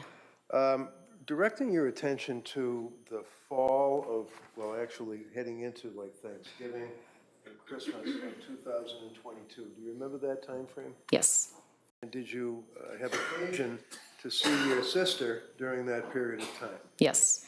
And let's direct our attention to, let's say, Thanksgiving 2022. Had you noticed any change in Lindsay's personality or any observation of how she appeared to you? I will say on Thanksgiving in particular is when the first time I saw her in person after quite some time. I had known she had not been doing well via text message communication that we had. I think on Thanksgiving, she, her mood did not look good, her energy, she didn't seem very energized. It definitely seemed off from how I've seen her in the past. And were you aware that that carried through from November into December, around the holiday season, if you had stayed in touch with her? Yes. And can you tell us what you observed about her around the holiday season as it related to her, from your observations and your texting and your communications with Lindsay? How did she appear to you at that point? The beginning of December, it seemed like she very much decompensated. I do remember her saying at one point at the beginning of December, something along the lines of, I'm in a really tough spot. And knowing what she had shared with me previously about how her mental health had been struggling, I had this gut feeling that something was off and that she was really struggling, and I asked her if she was safe. What did she say? She said yes at that point. And you knew her husband, Pat? Yes. And you knew the kids? Yes. Obviously. Do you recall around Christmas itself, and perhaps a little bit thereafter, that you spoke with her and that she indicated, basically, I'm not doing okay? Yes. Can you tell the jury what you observed about her demeanor or her symptomology when you said she was decompensating around that time? What were they symptoms in your mind of? Based on communication with Lindsay, and I started communicating with Pat directly at that time, she was reporting her mood was worsening, as she described as depression. She was having more suicidal thoughts. Insomnia continued to be an issue. She was really not feeling like herself. And did you know that during that period of time where she was telling you about the suicidal thoughts and the issue of depression, that she was seeing doctors? Yes. And what did she tell you about seeing the doctors, and if she was on any medication, and if so, what effect did they have on her? So the first thing she said about the doctors was back in October when she said that she saw a doctor for Zoloft and had a very awful reaction to that Zoloft. Would that be Dr. Tufts? I don't believe she shared that specific with me. Share the name? Okay. No. And then I think throughout our communication over the couple months of October to December, she did share with me that she was going to doctors, she was getting different prescriptions, kind of all the things that they were trying and different treatments they were looking at. And do you recall when you were talking with her about her symptoms towards the end of December, that she had, in your words, decompensated significantly and stated to you that she felt nothing and that she was scared, things of that nature? Yes. What else did she tell you, if you recall? At the end of December, so I think it was more along the same of, that she is really not feeling well. Her mood is down. She's feeling numb. She's feeling hopeless. I believe at the very end of the month, she told me she had had suicidal ideation every day for a month. Do you recall towards the end of the month around New Year's that she voluntarily admitted herself somewhere? Yes. Do you know where she admitted herself? McLean Hospital. And while she was at McLean Hospital, ultimately, do you know how she got out of McLean Hospital? It was my understanding that she was weaning off of some medication that she was on, and then was eventually discharged 5 days later. Now, did you see her or talk to her after she left McLean Hospital trying to wean herself off of whatever medication it was? Because you don't know what the medication was, right? I believe it was Seroquel. Yep. Did she tell you anything to the effect that when she got out of the hospital, that she felt as though this was a step in the right direction? Did she seem as though she was trying to be positive about her life? Yes. And tell us about that, because up until this point, you had observed her decompensating and having these symptoms and suicidal ideation and depression and feeling nothing and scary. When she got out of McLean, what did she appear to you and what did she say to you? I believe she said she felt that that was a good plan and that she was starting to feel better. So was your sister, in your opinion, granted she's your sister and you're biased, obviously, but was she a complainer? No. And obviously, she didn't share with you in detail her doctors and medicines and things of that nature. Is that fair? No. But you were aware of the struggles and the hurt that she was going through. Yes.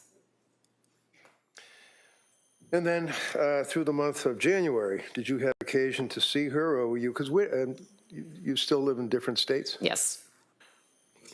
Yes, I did have an occasion to see her in January. When? We went to Cora's birthday party. And that was at the trampoline park? Yes. How did she appear at that? I think she looked like she was going through the motions of putting together a birthday party for her daughter, but she looked tired. She looked like she was still struggling.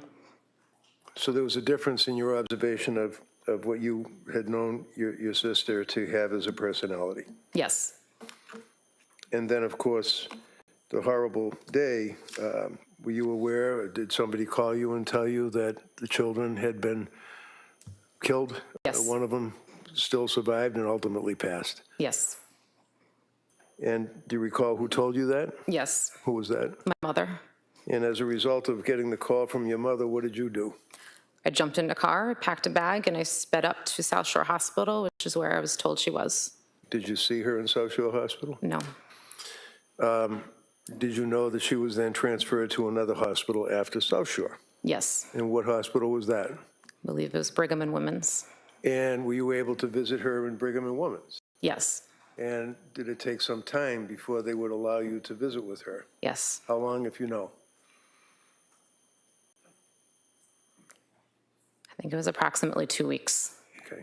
And then you were able to see her pretty much on a regular basis? Yes. And where does your mother and father live? In Connecticut. And are you close to them? Yes. Can you tell the jury, from the time of this incident in January 24th of 2023 up until now, 2026, where have your mother and father been living? My parents have been spending the majority of their time up here in Massachusetts Why? so that they could visit Lindsay as much as possible. Almost on a daily basis? Yes. Was that on a bed and breakfast or a bed and bath, or was it a hotel, or where were they staying? They've been living out of hotels. Thank you, that's all. You can inquire. Como. Thank you. Good afternoon. Now, when Lindsay was at McLean Hospital and she was discharged, did she tell you that she asked to be discharged early to go to Cora's birthday party? I can't recall. And do you recall speaking to the police on January 25th, just a day after this all happened back in 2023? Yes. And do you recall telling them that you saw Lindsay 2 weeks prior to the 24th, roughly around the birthday party time, and that she seemed okay? Yes. Do you recall telling the police that you spoke to her in phone calls many times after she was discharged to McLean, and that her tone of voice in those calls seemed better? I did not speak to her on the phone. Most of our communication was via text. Okay, so you don't recall saying that to the police, that the tone of Lindsay's voice in our phone conversations was better the last couple weeks since she had been released from the hospital? I believe when I said that, I meant her tone via her text messages. And so her tone in her text messages was better? A bit. And do you recall telling police that you spoke to Lindsay on Thursday, January 19th, 2023, and she seemed okay? Yes. And that was a phone call, correct? That was text message. Text message, okay. Yes. So when you were saying spoke to the police, you were referring to text messages? Correct. And so in that text message, she seemed fine? She seemed okay. So she had just been released from McLean Hospital at the beginning of January, and all of your communications after the birthday party were text messages, is that correct? I think the date's wrong. I believe so, yes. And just so we make sure we have the date correct, after she was discharged from McLean in January of 2023, up until January 24th, 2023, all of your communications were via text. Yes. Did you visit her at her home that month? No. You didn't reach out or call her at all, correct? I reached out and called, yes. I did not visit her at her home, no. When you called, did she respond? Did she answer the phone? I'm sorry, let me backtrack. I can't recall whether I made a phone call. I can recall the majority of our communication between January 1st and January 24th was text message. Okay, so there could have been some phone calls. I cannot recall any phone calls.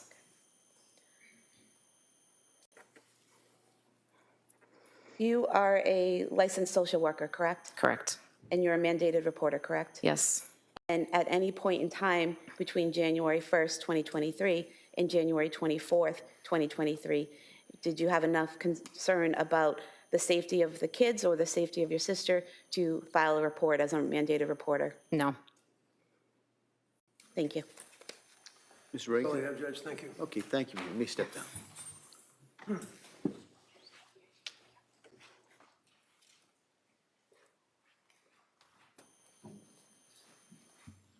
Your Honor, I would call Paula Musgrove, please.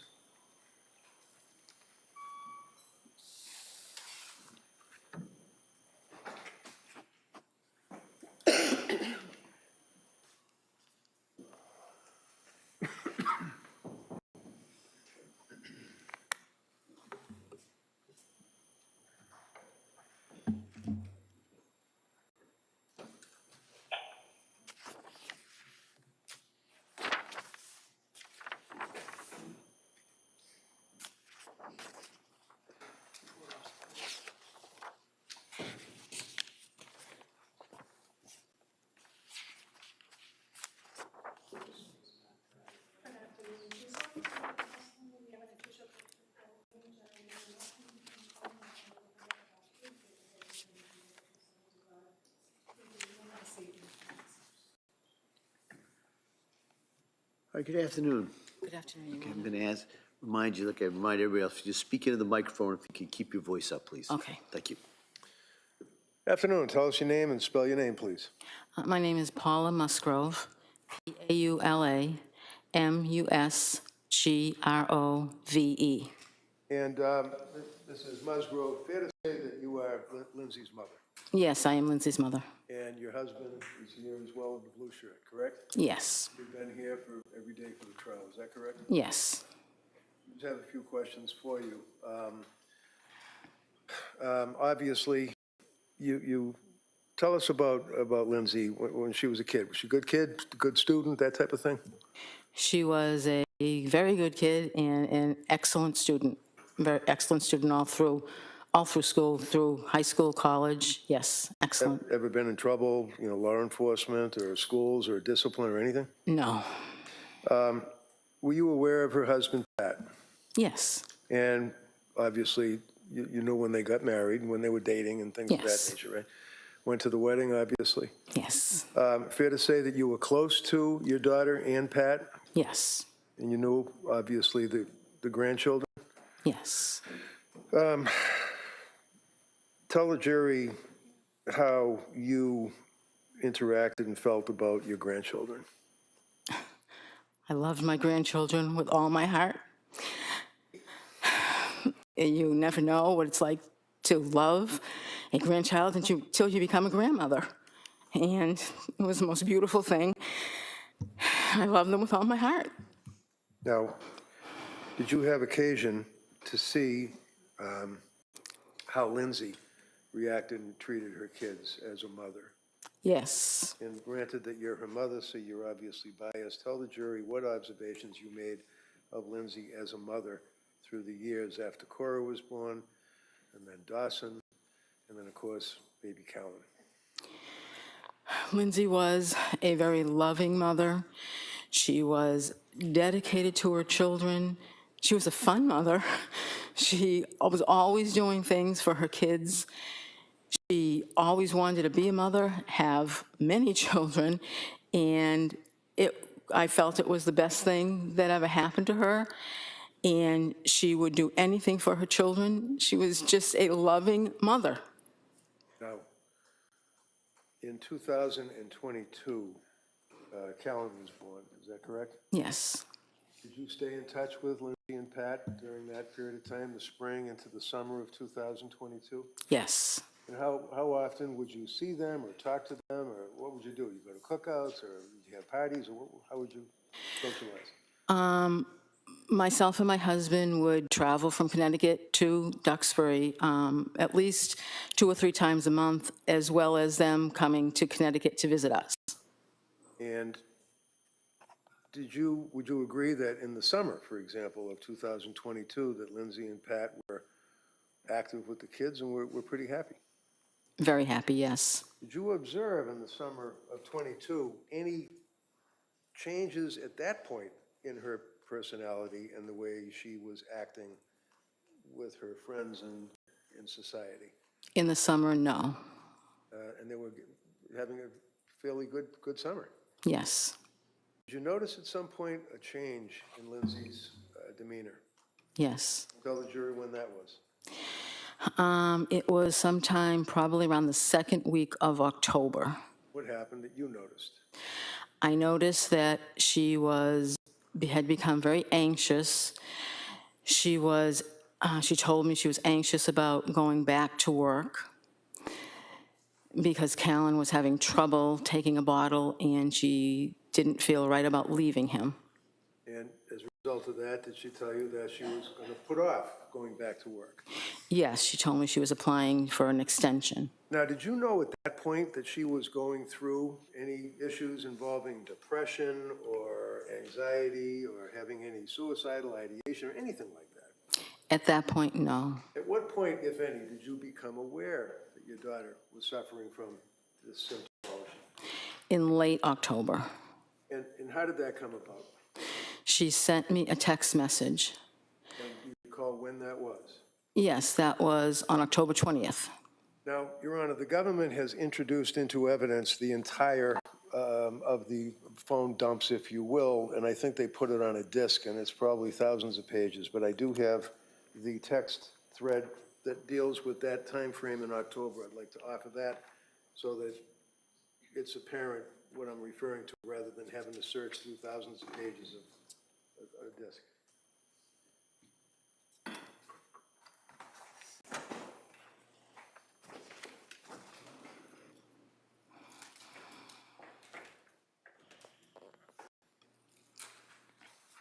No objection. Okay. They may be admitted. So approaching, let me offer this thing. There you go. 276. Now, the text message that you're referring to, would that be on October 20th of 2022? Yes, And do you have that on your phone right now? I do. Can you just pull that up for us? I can. Just give me a moment. Okay, I have it. Counselor, do you have a copy maybe that she could look at? Oh, I have a copy. Yeah, that might be easier for the witness. So I'm going to approach you with this board and ask if this is a copy of the text that you're referring to. Yes, it is. Would you read that for the jury? Mom, will you please come up and stay with me for a bit? I'm really sick. Something is wrong. I had horrible insomnia all night, and I just don't know how I'm going to get through the day. I started taking the medicine my doctor prescribed for anxiety, and I think it's made things worse. It's just really scary, and I don't want to be alone. You want to write off this? Objection. It's already in evidence. What do we mark it for identification? Is that text within the, I'd rather have it first- in board. Well, I know you would, but we already have the, They want a little training. Can I just talk to the board like? no, we're going to mark that for identification. The text that is been referred and read to is within Exhibit 276, which was just offered. I'm sorry, which is what? I think it was within Exhibit 276, which was within that thread that you just offered. Okay, so I will then, that would be 276, so that will be over here. As a result of receiving that text, did you then come up to? Hold on a second. Exhibit W for identification. Yeah, okay. Oh, thank you. All right, thank you. So as a result of that, did you come up to Duxbury? Yes, same day. And tell us about that. What happened that day at the end of October? Lindsay had been, I believe she went to the emergency room that day, and she had come home. She was feeling a bit better. She told me that she couldn't sleep, she was very anxious, and she was afraid. And how long did you stay with her? At that point, Yes. I believe at that point, I stayed for about a week. And was your husband with you? He came later. He didn't come directly with me then because he was still working, so he came later. I never asked. What did you do for work? I worked for Weight Watchers. And you're retired? Yes. How about your husband? Is he working now? He recently retired. And what was the nature of his work? He was in photography, What kind of photography? school picture photography. For yearbooks and things like that? Yeah, and school pictures, and you had your kids' pictures taken. And he just recently retired. Yes. Is it fair to say that during the month of October into November, into the holidays in December, that you and your husband would stay with Lindsay and the kids? Yes. I stayed more than my husband because he needed to go back home to work. Sure. While you were staying with Lindsay, can you tell us your opinion as to her condition? Was it decompensating? Was she getting better as time went on through November and December into the holidays? Through November into December, it was not getting better into the holidays. And you knew she was on medication at that point? Yes. You knew she was seeing doctors at that point? Yes. So tell us, is there an incident that came to your mind that you recall that occurred on one evening that indicated to you how seriously she was suffering? There were many. One particular evening that was disturbing to me was that, she was afraid. She was afraid to be alone, and she actually asked if she could sleep with me. When was that? That was late November, early December. And did she indeed sleep with you on that occasion? She did. Continuing on through the holidays, did you guys get together for the holidays, Christmas or Thanksgiving, if you recall?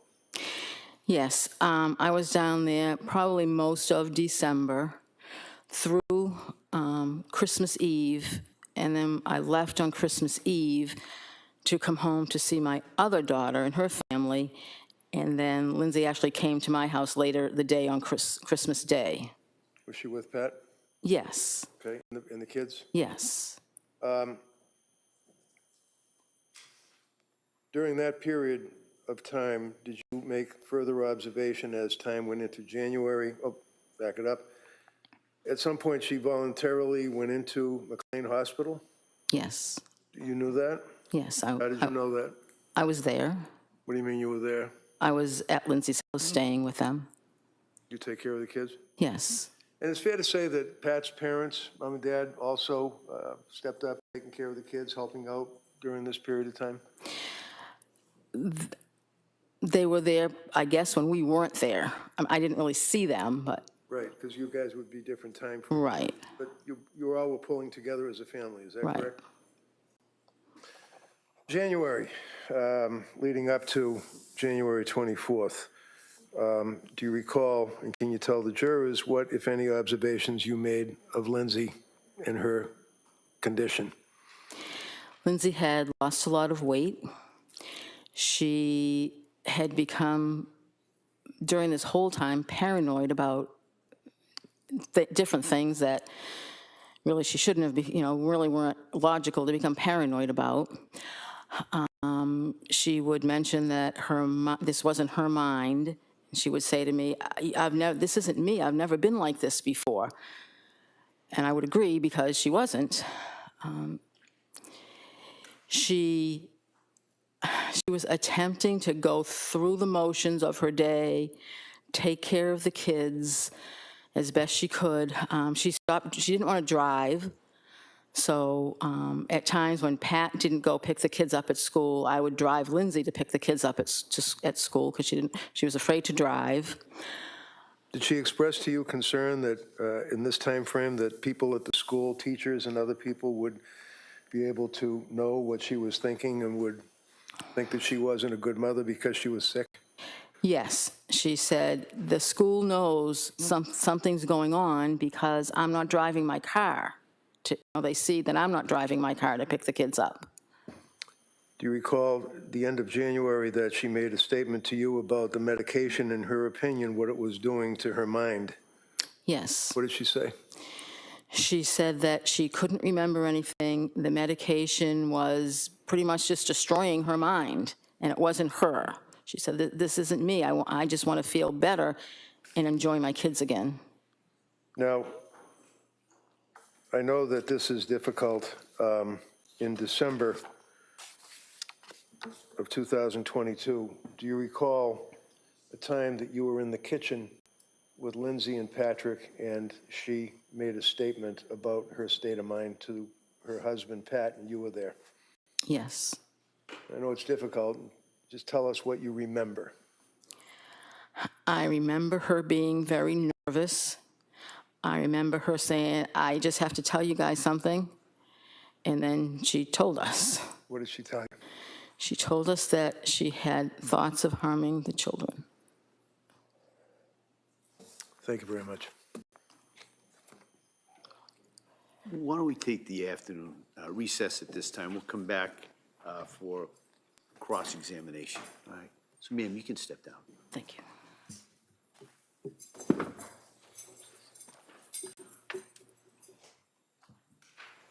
All right, so members of the jury, we're going to take the break at this time. We expect to have you back about 2 o'clock, okay? All rise, please, jurors. Epstein.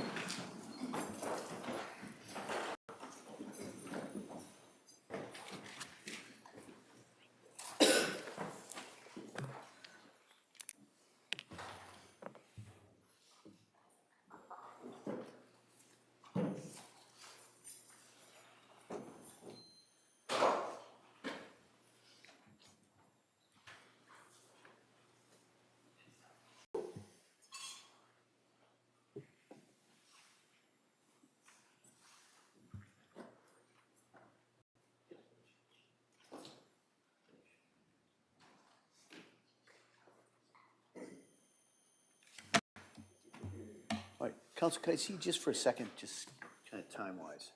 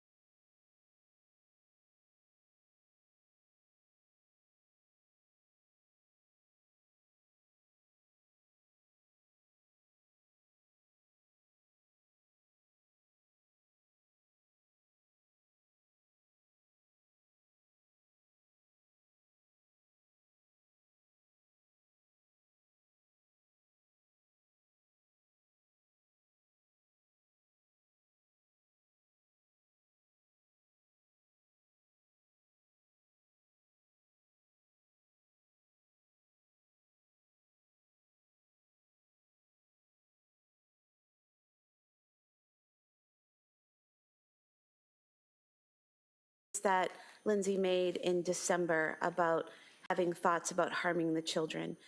When in December was that? I don't exactly remember. I would say early to mid December, probably maybe earlier rather than mid-December, but I don't exactly remember when. Okay. And when she made the statement that she had thoughts of harming the children, did either you or Patrick ask her what she meant by that? I believe I remember Pat asking her if she felt like she couldn't be alone with the children, and she said no. And after she made those statements, did you have any thoughts about committing her? No. Did you have any thoughts about having her come stay with you in Connecticut away from the children? No. Were you concerned for the children's safety at that point in time? No, because I was there. And you were asked about some text messages in October, and those are now an exhibit, I believe. Exhibit 276. And so you talked about the text on the 20th when she asked you to come and she was having a hard time, right? A day before, on October 19th, she had sent you a different text message stating, "Hi, Mom, would you ever consider coming to stay with us for a couple days at a time to help with childcare so I can work?" And talking to a therapist and doing a lot of thinking, I actually think going to work will help me, but it's really hard with nurses' hours to get childcare that we need. I'm thinking if you could come like Sunday to mid-Tuesday, it would really be really helpful, just a thought. Do you remember that text the day before? Yes. And did you agree in a text message that you said I can come and help out? Yes. And then after that, that next day is when she said she was having trouble and wanted you there then, and you went that day, correct? But you said you were there for about a week, but there's a text on October 20th that's not included in this exhibit, where on October 24th at 2:36 p.m., you send a text to her saying, "How are things today?" And she responds, "Good." You remember that? Yes. So were you already home at that point when you were asking her how she was doing on the 24th? I must have been home at that point. I honestly don't remember. I was back and forth so many times, so the time frames are really jumbled in my head as far as how long I stayed any particular time. And so you would go and help out when they asked you to, and then you would go home when things were calmed down a little bit? Is that right? Not exactly right. No? And she did say on the 24th that she was doing good that day, correct? I don't recall, but if that's what the text says, then Here you go, you can look at it. yeah.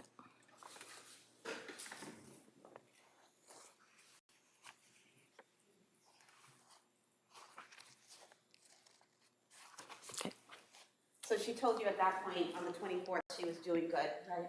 correct. You could have this page marked as the next exhibit. Any objection? No. That may be marked. 277.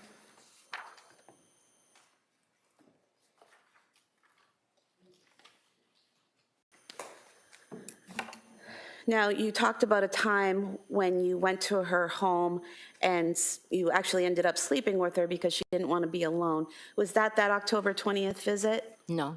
When was that? That was, I can't exactly remember when. I'm going to say probably sometime in November, the latter part of November, maybe the early part of December. Did she tell you why she was afraid to be alone?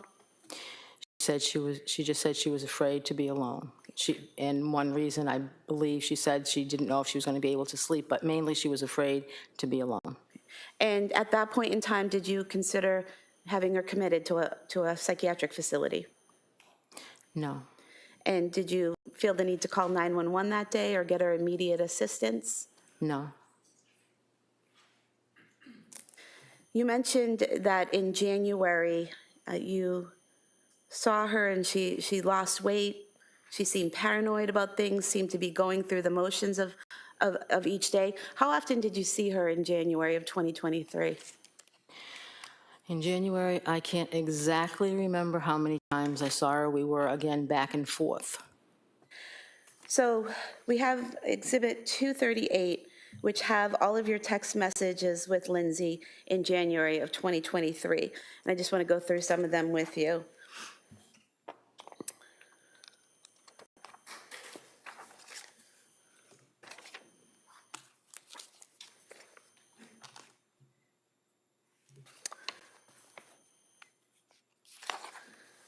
So on page 17 of the exhibit, this is on January 4th, 2023, so the day before she was discharged from McLean. And she sent you a text stating, "Think I'm coming home tomorrow evening, exclamation point. I talked to the doctor and I made up a follow-up appointment with my other psychiatrist besides Rebecca for Friday morning. So she said she'd be okay with me leaving Thursday around 5. Do you remember getting those messages? Yep. And were you staying at the home helping out with the kids at that point? Okay. And did you go to Cora's birthday party on the 7th? I did not. It was a children's party. I stayed home with Callan. Okay.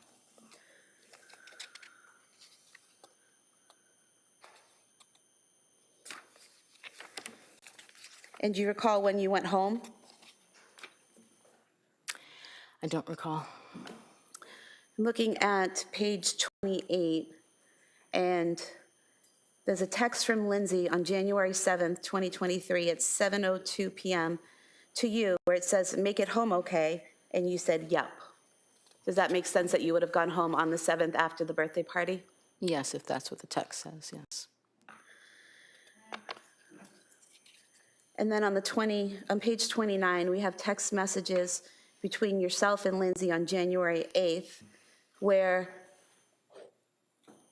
you ask how things are going today, and she says, "Good, going to the Science Museum." You say, "Great, that will be fun. Sleep good last night." And she said, "I actually did, with less Ativan, so that was good." Do you remember that? I don't recall the exact text messages. Do you recall her texting you about going to the Science Museum? No, I don't recall that. Do you think looking at them might help? Sure. I'm going to show you page 29 and then page 30.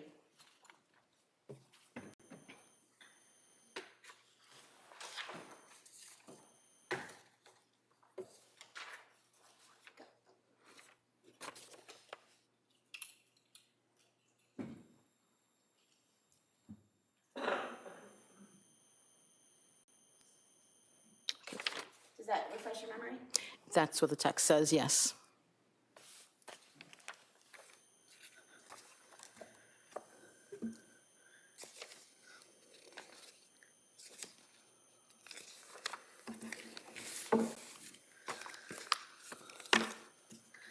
And then on page 34, you ask how the museum was today, and Lindsay sent you some photographs and said it was fun, the kids really liked it. Do you remember that? I don't really recall the Museum of Science experience or text, but if they're there in the text messages, then they were sent, yes. Okay. Then on page 39, this is January 10th. You say at 9:48 a.m., "Good morning, how are you doing today?" And Lindsay responded, "Good, at the gym with the kids." You said, "Nice, still sleeping good?" And she responded, "Pretty good, yeah, not perfect, but enough." And you said, "Are you feeling any better during the day?" And she said, "So far, a little bit." They said a week off the Seroquel should make more of a difference, so a couple more days till that, but I do think it's helping being off. And you responded, "Okay, a little at a time." Do you remember that conversation? So I don't recall the exact conversation. I think I probably texted back and forth to Lindsay almost daily during that time, so I don't remember the specific text messages, but I would say if they're there, then that's what we sent back to each other. Okay.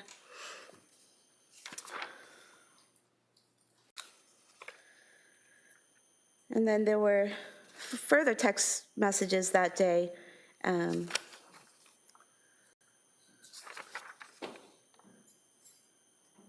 where you say, how was your day, later on in the day?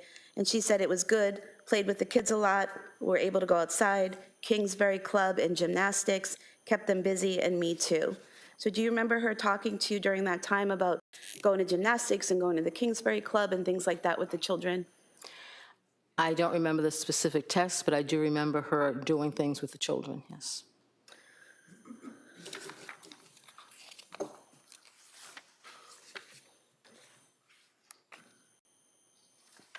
Then on January 11th, the following day, you sent a text, excuse me, how are you feeling today?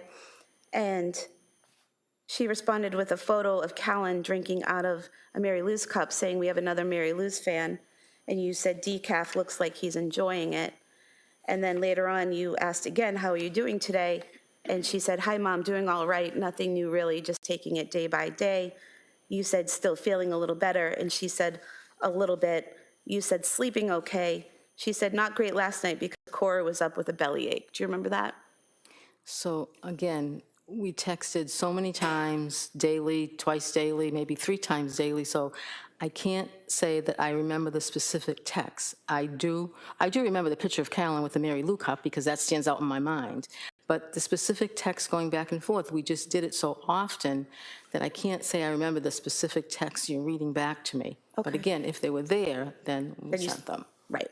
And do you remember Lindsay, talking to you about Cora having stomach issues during the month of January? Yes, Some belly aches off and on? yes.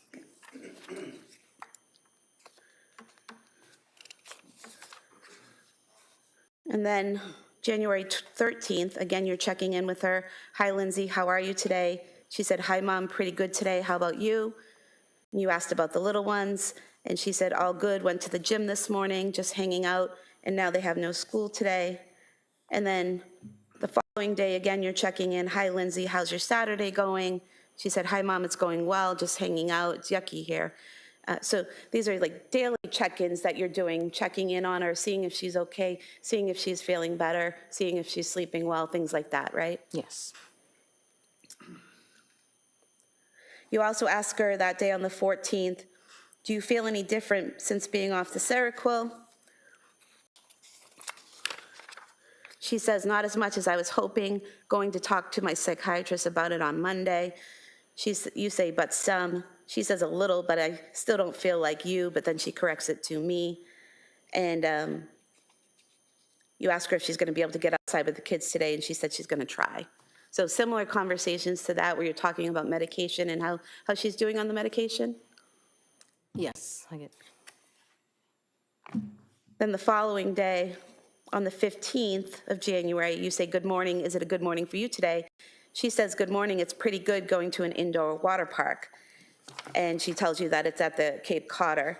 Do you remember them going to the Cape Codder water park? I do remember them going there, yes.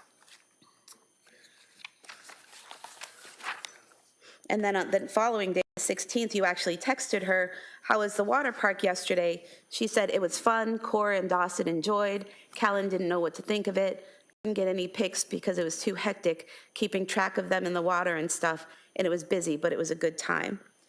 Does that sound familiar, that they had a good time that day? Yes. And you asked her that day if she had anything planned, and she said Pat took Cora skiing, so she was hanging with the boys. Do you remember that? Not specifically, I don't remember that text. She, that same day, sent you some photographs of Dawson doing a drawing of a firefighter and Callan. Do you remember receiving those? I do remember the pictures, yes.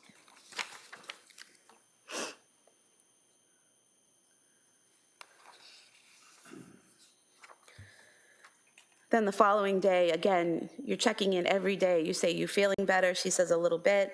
You said, still taking the same medication. She said, yes, about to have an appointment with her psychiatrist. You said, let me know how it goes, and she said, okay. And then she responds back after her appointment. She recommended another antidepressant since my mood is still very low off the Seroquel. You asked her how she felt about it, and she told you she just wants to feel like herself again, but she's up for trying it, and she just wants to get back to who she was, right? Correct. And she told you it was amitriptyline, is that right? Do you remember that? I don't remember the medication. Okay.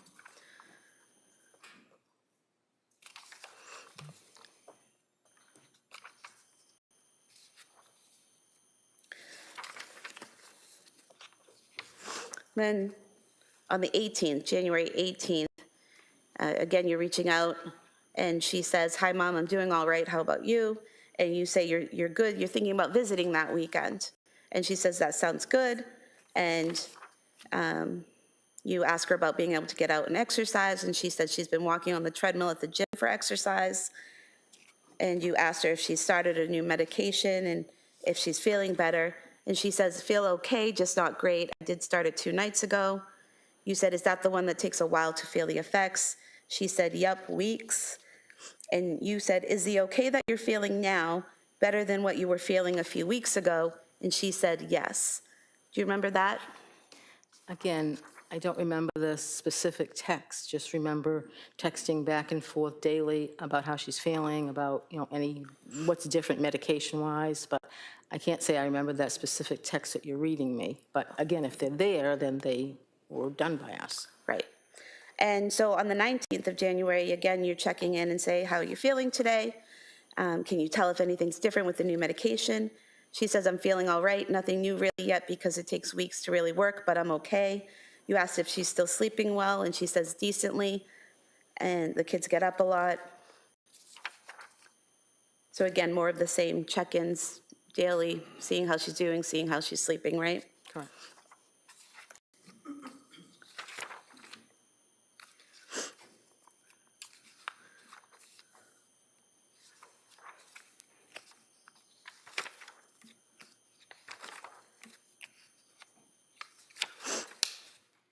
And then on the 20th, you reach out, "Is it pizza and movie night?" She says, "Just pizza and playing."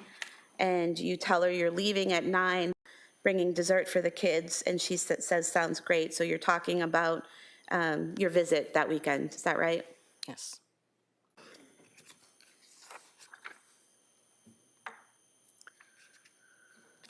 And in these texts prior to the visit, you say that it's been a while since you've seen them. So it sounds like from these texts, you're checking in with her every day from January 7th, 2023, all the way up to your visit on January 21st, 2023. You're checking in with her. So you're at home in Connecticut from the 7th until the 21st. Correct. And then on the 22nd, that Sunday, Lindsay, Pat, and the older kids, they go to the Carney's house for that bonfire and get together, and you stayed home with Callan, right? Correct. And then after they get home, you and your husband left, is that correct? Yes. And on the way home, you texted on January 22nd, 2023 at 7:55 p.m., "Enjoyed seeing everyone this weekend. Nice to see you doing better." Is that correct? If that's what that says, yes, that's correct. I don't exactly remember the text, but yes, if that's what it says, yes. So from your text, not saying she was doing great, but she was doing better than she was, according to your text, or appeared to be. The text from me was meant to encourage her because I didn't think it did any good to discourage her. So the text was meant not necessarily what I actually observed that weekend, but it was meant to encourage her because I was encouraging her to do things with the kids to kind of try to get back to normal. So it's not necessarily a representation of exactly what I observed that weekend. But that weekend, she was able to go to a friend's house with the older kids and Pat and spend a few hours there, correct? Correct. And she was able to do activities and hang out with you and your husband. There's a photograph and evidence of the two of you sitting on the couch smiling and hanging out together. So you were able to interact with her, correct? Correct. The photograph was taken by Cora because Cora wanted to use my phone and take her picture. So Lindsay and I were going to put a smile on our face and let Cora take a picture. Yes, but again, there was other observations I made that weekend, but it was not, I didn't think it was in Lindsay's best interest to discourage her or point out those because she was making every attempt to feel better and to do things to make herself feel better. So as a mother, I was encouraging her.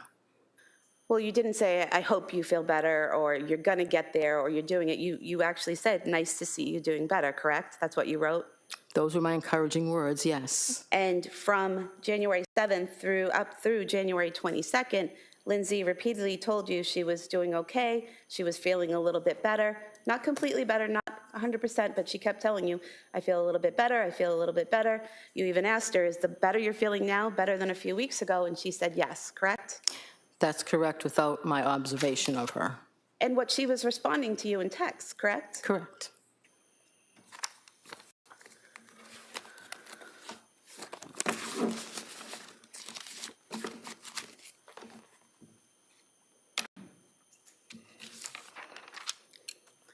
You also spoke to the police on January 25th, 2023. Do you remember that?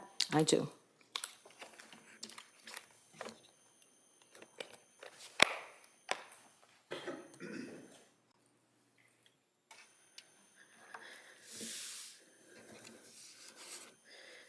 Do you remember telling the police that Lindsay seemed to be improving since leaving McLean?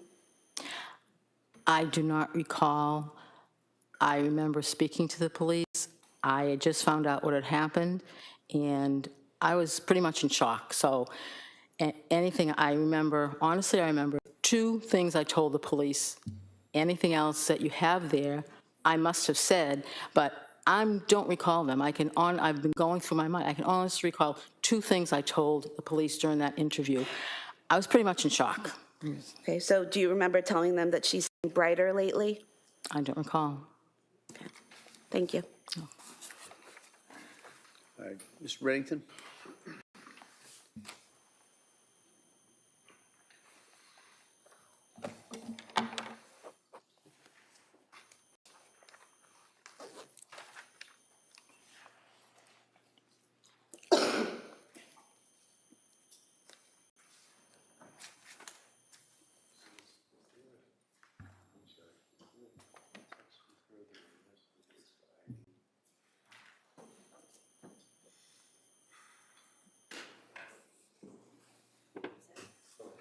What do you want?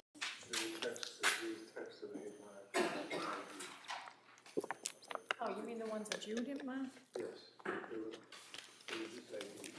this was one. Oh, okay, that's it.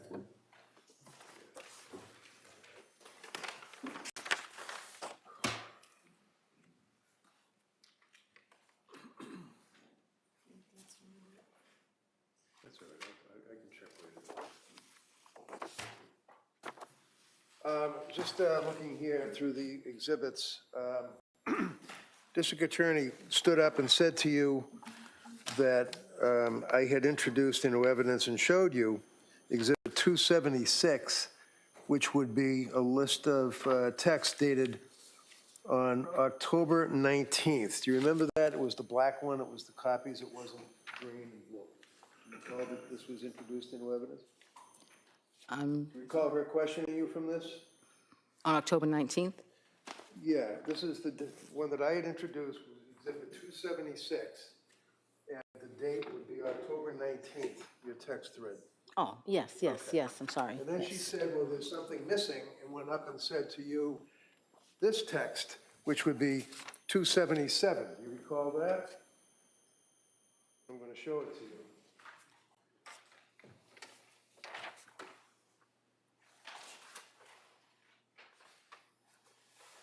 Yes. Okay. So what I had introduced was a text thread from October 19th up through and including October 20th. Is that fair to say? Right there? Yes. Okay. And the reason I introduced this is because we had introduced earlier, like a whole lot of pages text. And I wanted to focus on the text thread where she said, Mommy, can you stay with me? Sustained. So when the district attorney suggested that there's something missing, like I left it out or something, is it fair to say that Exhibit 277 is a totally different date? Look at the date. What is the date that the DA is talking about? You see it on there? 10/23. 10/23. It has nothing to do with the text thread that I introduced, right? It's a day or two after that, right? Right, If you know. yes.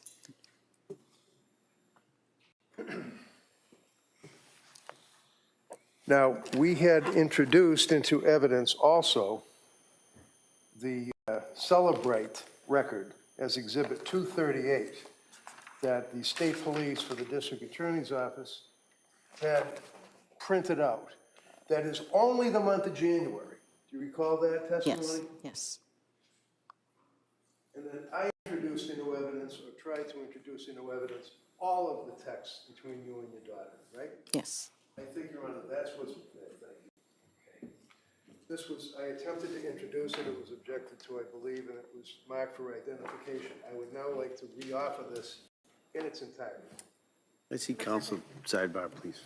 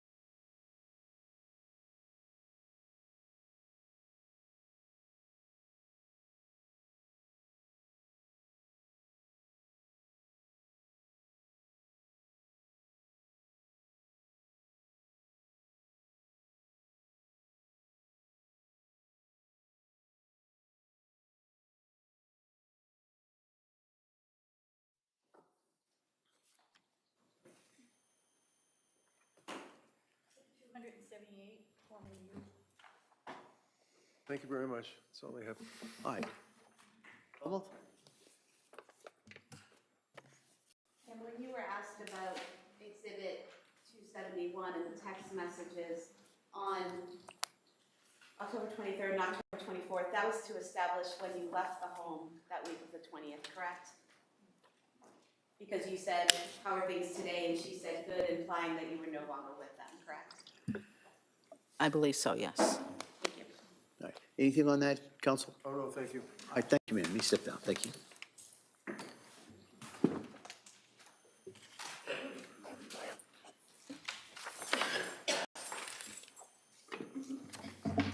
All right, defendant? Yes. I call Director Welcome.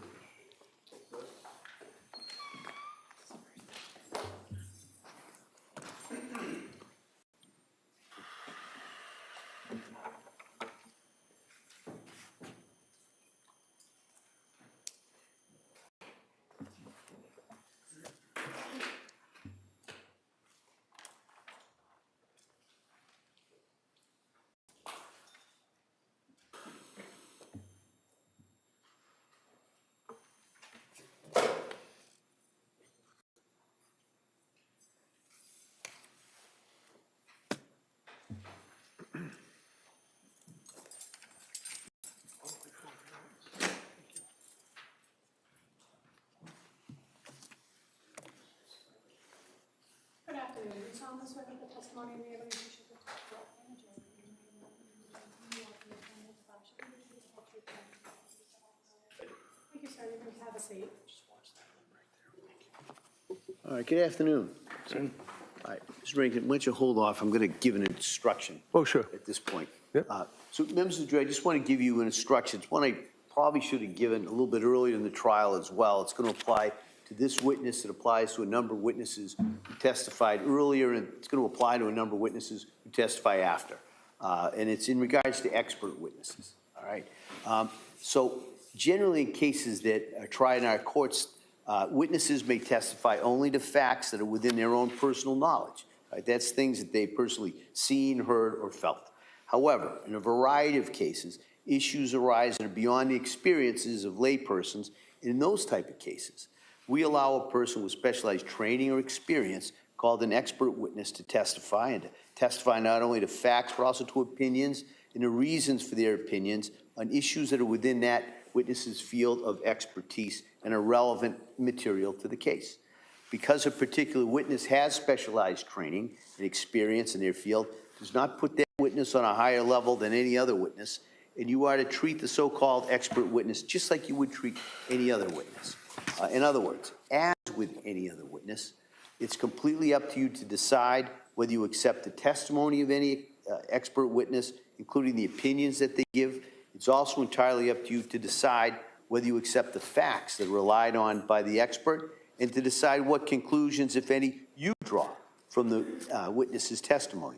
You're free to reject the testimony and opinion of such a witness in whole or in part if you determine that the opinion is not based on sufficient education and experience, that the testimony of the witness is motivated by some bias or interest in the case. You must keep firmly in mind that you alone decide what the facts are. So if you conclude that an expert's opinion is not based on the facts as you find those facts to be, then you may reject the testimony and the opinion of the expert in whole or in part. You must remember that expert witnesses do not decide cases, juries do. So in the last analysis, an expert witness is like any other witness in the sense that you alone make the judgment about how much credibility and weight you give to that expert's testimony and what conclusions you draw from the testimony, all right? And I'll go into that a little bit more at the end when I go into the more extensive instructions that I'll give you at the end of the trial. All right, Mr. Rankin. Afternoon. Afternoon. Can you tell us your name and spell your name? It's Michael Wolfovich. It's V as in Victor, U-L, F as in Frank, O, V as in Victor, I-C-H. And what do you do for work, sir? I'm an emergency medicine doctor. I work full-time at Newton Wellesley Hospital. Newton Wellesley? Yes. And can you tell us, are you board certified, sir? I am. I'm board certified in emergency medicine. And that would be by the American Board of Emergency Medicine? Correct. And how long have you been practicing emergency medicine? I did 3 years of residency, and this is my 13th year as a full-time attending. And you're presently employed, where is it? Newton Wellesley Hospital primarily, and then I do some additional shifts at Emerson Hospital in Concord.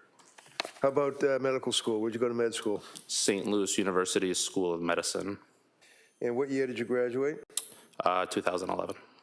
Obviously licensed in the Commonwealth. Yes, sir. In the course of your training and experience, sir, do you work full-time in a particular field of medicine? Just emergency medicine. So basically, we see any and all comers, anything from ankle sprains to traumas. Okay. Did I ask you to review some documents regarding this particular case involving Lindsay Clancy? You did. You asked me to review the. Very what you reviewed. Oh, sorry. You asked me to review the photos from the crime scene, and then the emergency medical records from South Shore Hospital, Brigham and Women's Hospital, and then the records from her hospital stay at Brigham and Women's Hospital. So in reviewing all of those various hospital records, sir, you're aware that on January 24th of 2023, she initially was transported to South Shore Hospital. Is that correct? Yes, sir. And can you tell the jurors what's treatment she received at the South Shore Hospital briefly? So she arrived with a GCS of 10, meaning she was not really very responsive. Let me interrupt you just because that, what did you say, a G6? GCS, Glasgow Coma Scale. Okay, slow down, because I don't understand. What is a GCS? It's a Glasgow Coma Scale. It's a series of things that we look at to determine how responsive somebody is, you know, whether their eyes are opening spontaneously, whether they're able to speak on their own, and whether you're able to understand what they're saying, and then how much, if at all, they're moving, whether they're moving spontaneously, whether they can follow commands, that kind of thing. Okay. So the Glasgow Coma Scale GCS of 10, what does that tell you as an emergency room doctor? Tells us that she was not very responsive on arrival. It sounds like she was not speaking intelligibly, and the doctors at South Shore Hospital were concerned about her ability to maintain her own airway and made the decision to intubate her, which means putting a breathing tube down her throat into her lungs and placing her on a ventilator and sedating her. Was she also, what would be, I guess, referred to as hypothermic?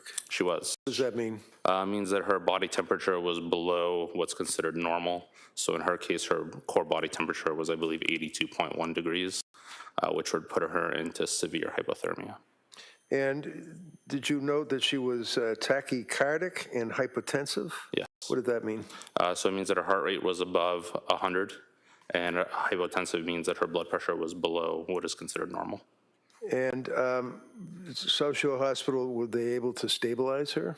It sounds like they were able to stabilize her by placing a breathing tube in her neck, in her throat to help with her breathing, and then they basically proceeded to obtain a bunch of imaging, started her on medications to sedate her and artificially raise her blood pressure. They started working on rewarming her, and then in conjunction with the trauma team there, they made the decision that she would be better served at a hospital with a higher level of care. Okay. And can you tell us what the injuries were that she presented herself with to the South Shore Hospital? So there were multiple injuries. She had lacerations to bilateral wrists.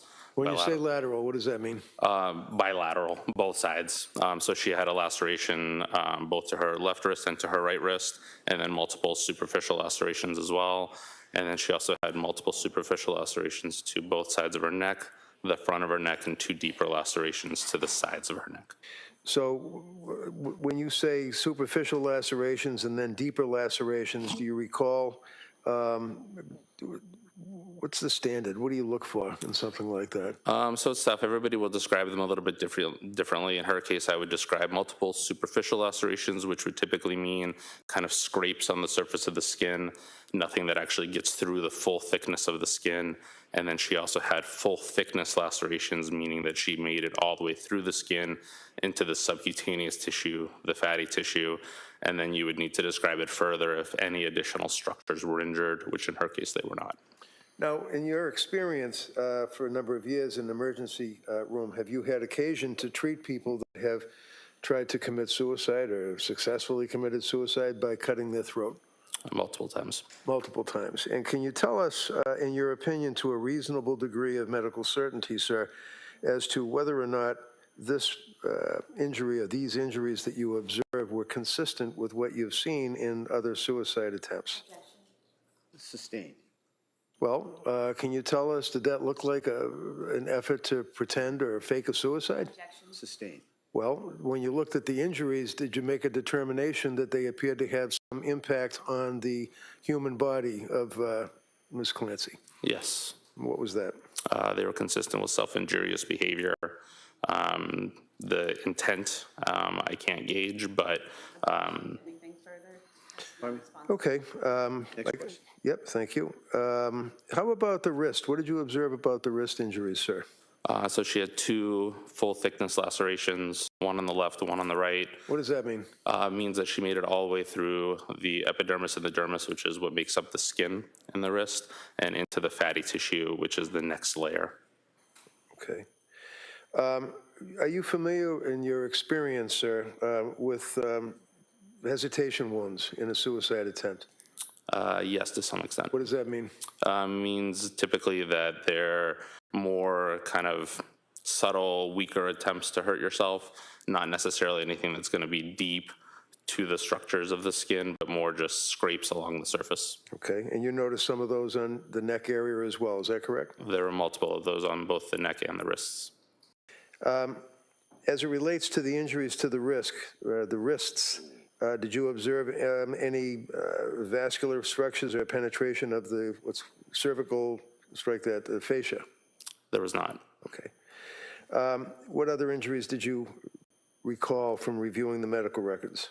So she also had multiple fractures in her cervical spine, which are the vertebrae that make up her neck, including what's called a burst fracture of C1, and then other fractures of C4. She also had fractures of multiple levels of the thoracic spine. I believe she had multiple transverse process fractures on both the right and left.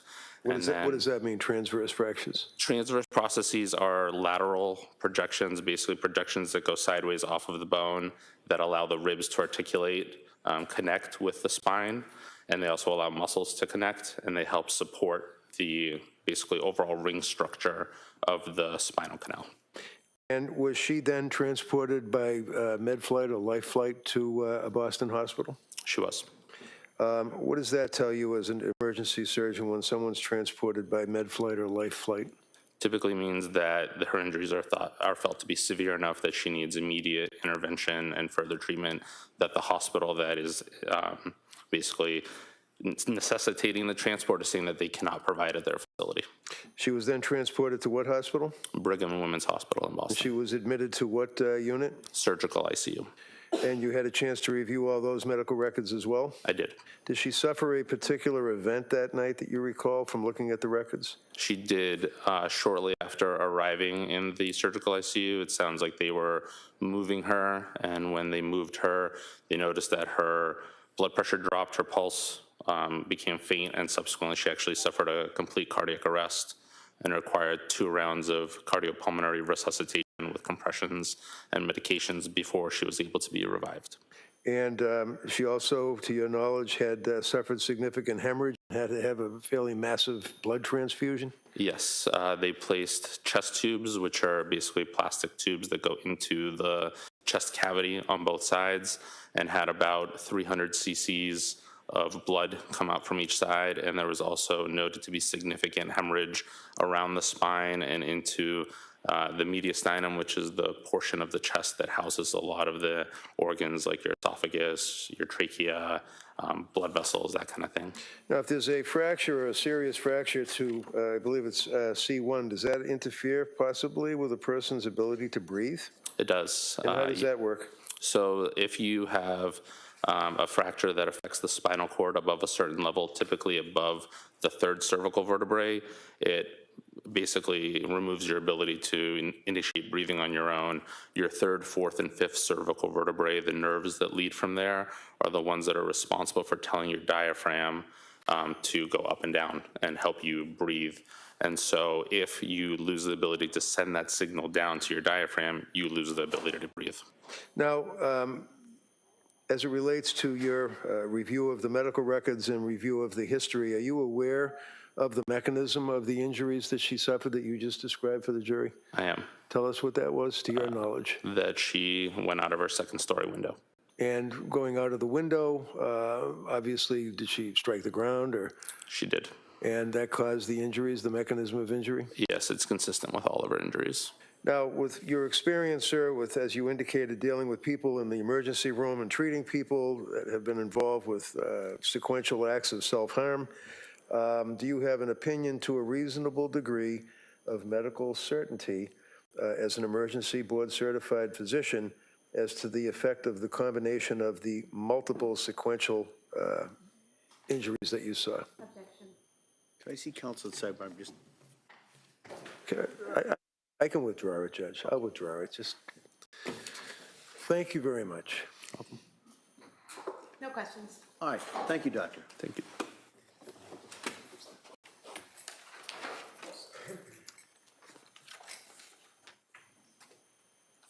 All right, counsel, now can I see it sidebar? Okay.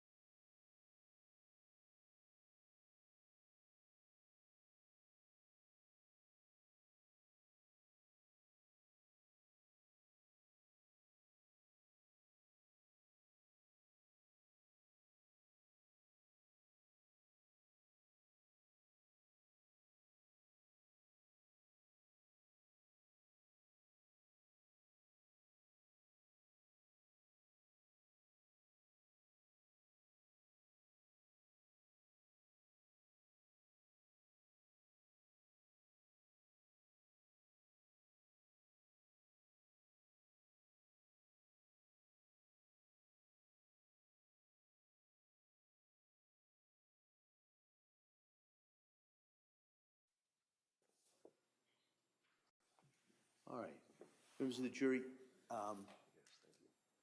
told you it was gonna be stop and start, right? So we're gonna stop now, but we're gonna stop now for the day for you. I'm gonna come back, I've gotta talk to counsel about setting some things up logistically for tomorrow. All right, so tomorrow, the plan would be, hopefully we'll start it right at 9 or right as close as we can.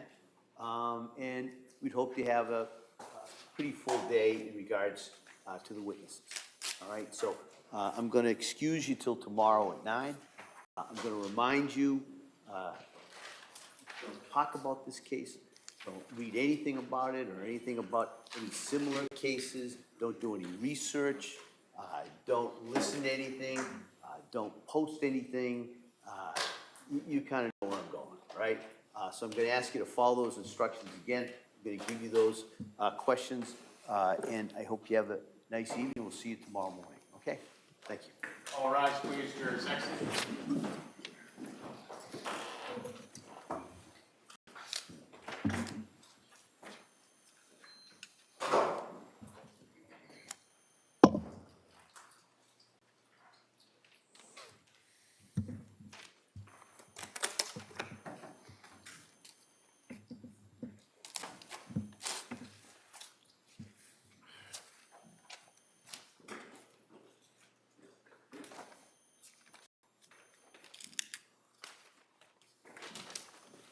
Jurors, the quorum, this court's in session.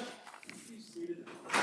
Hey, Counsel, I see you sidebar just really in regards to tomorrow, not very long.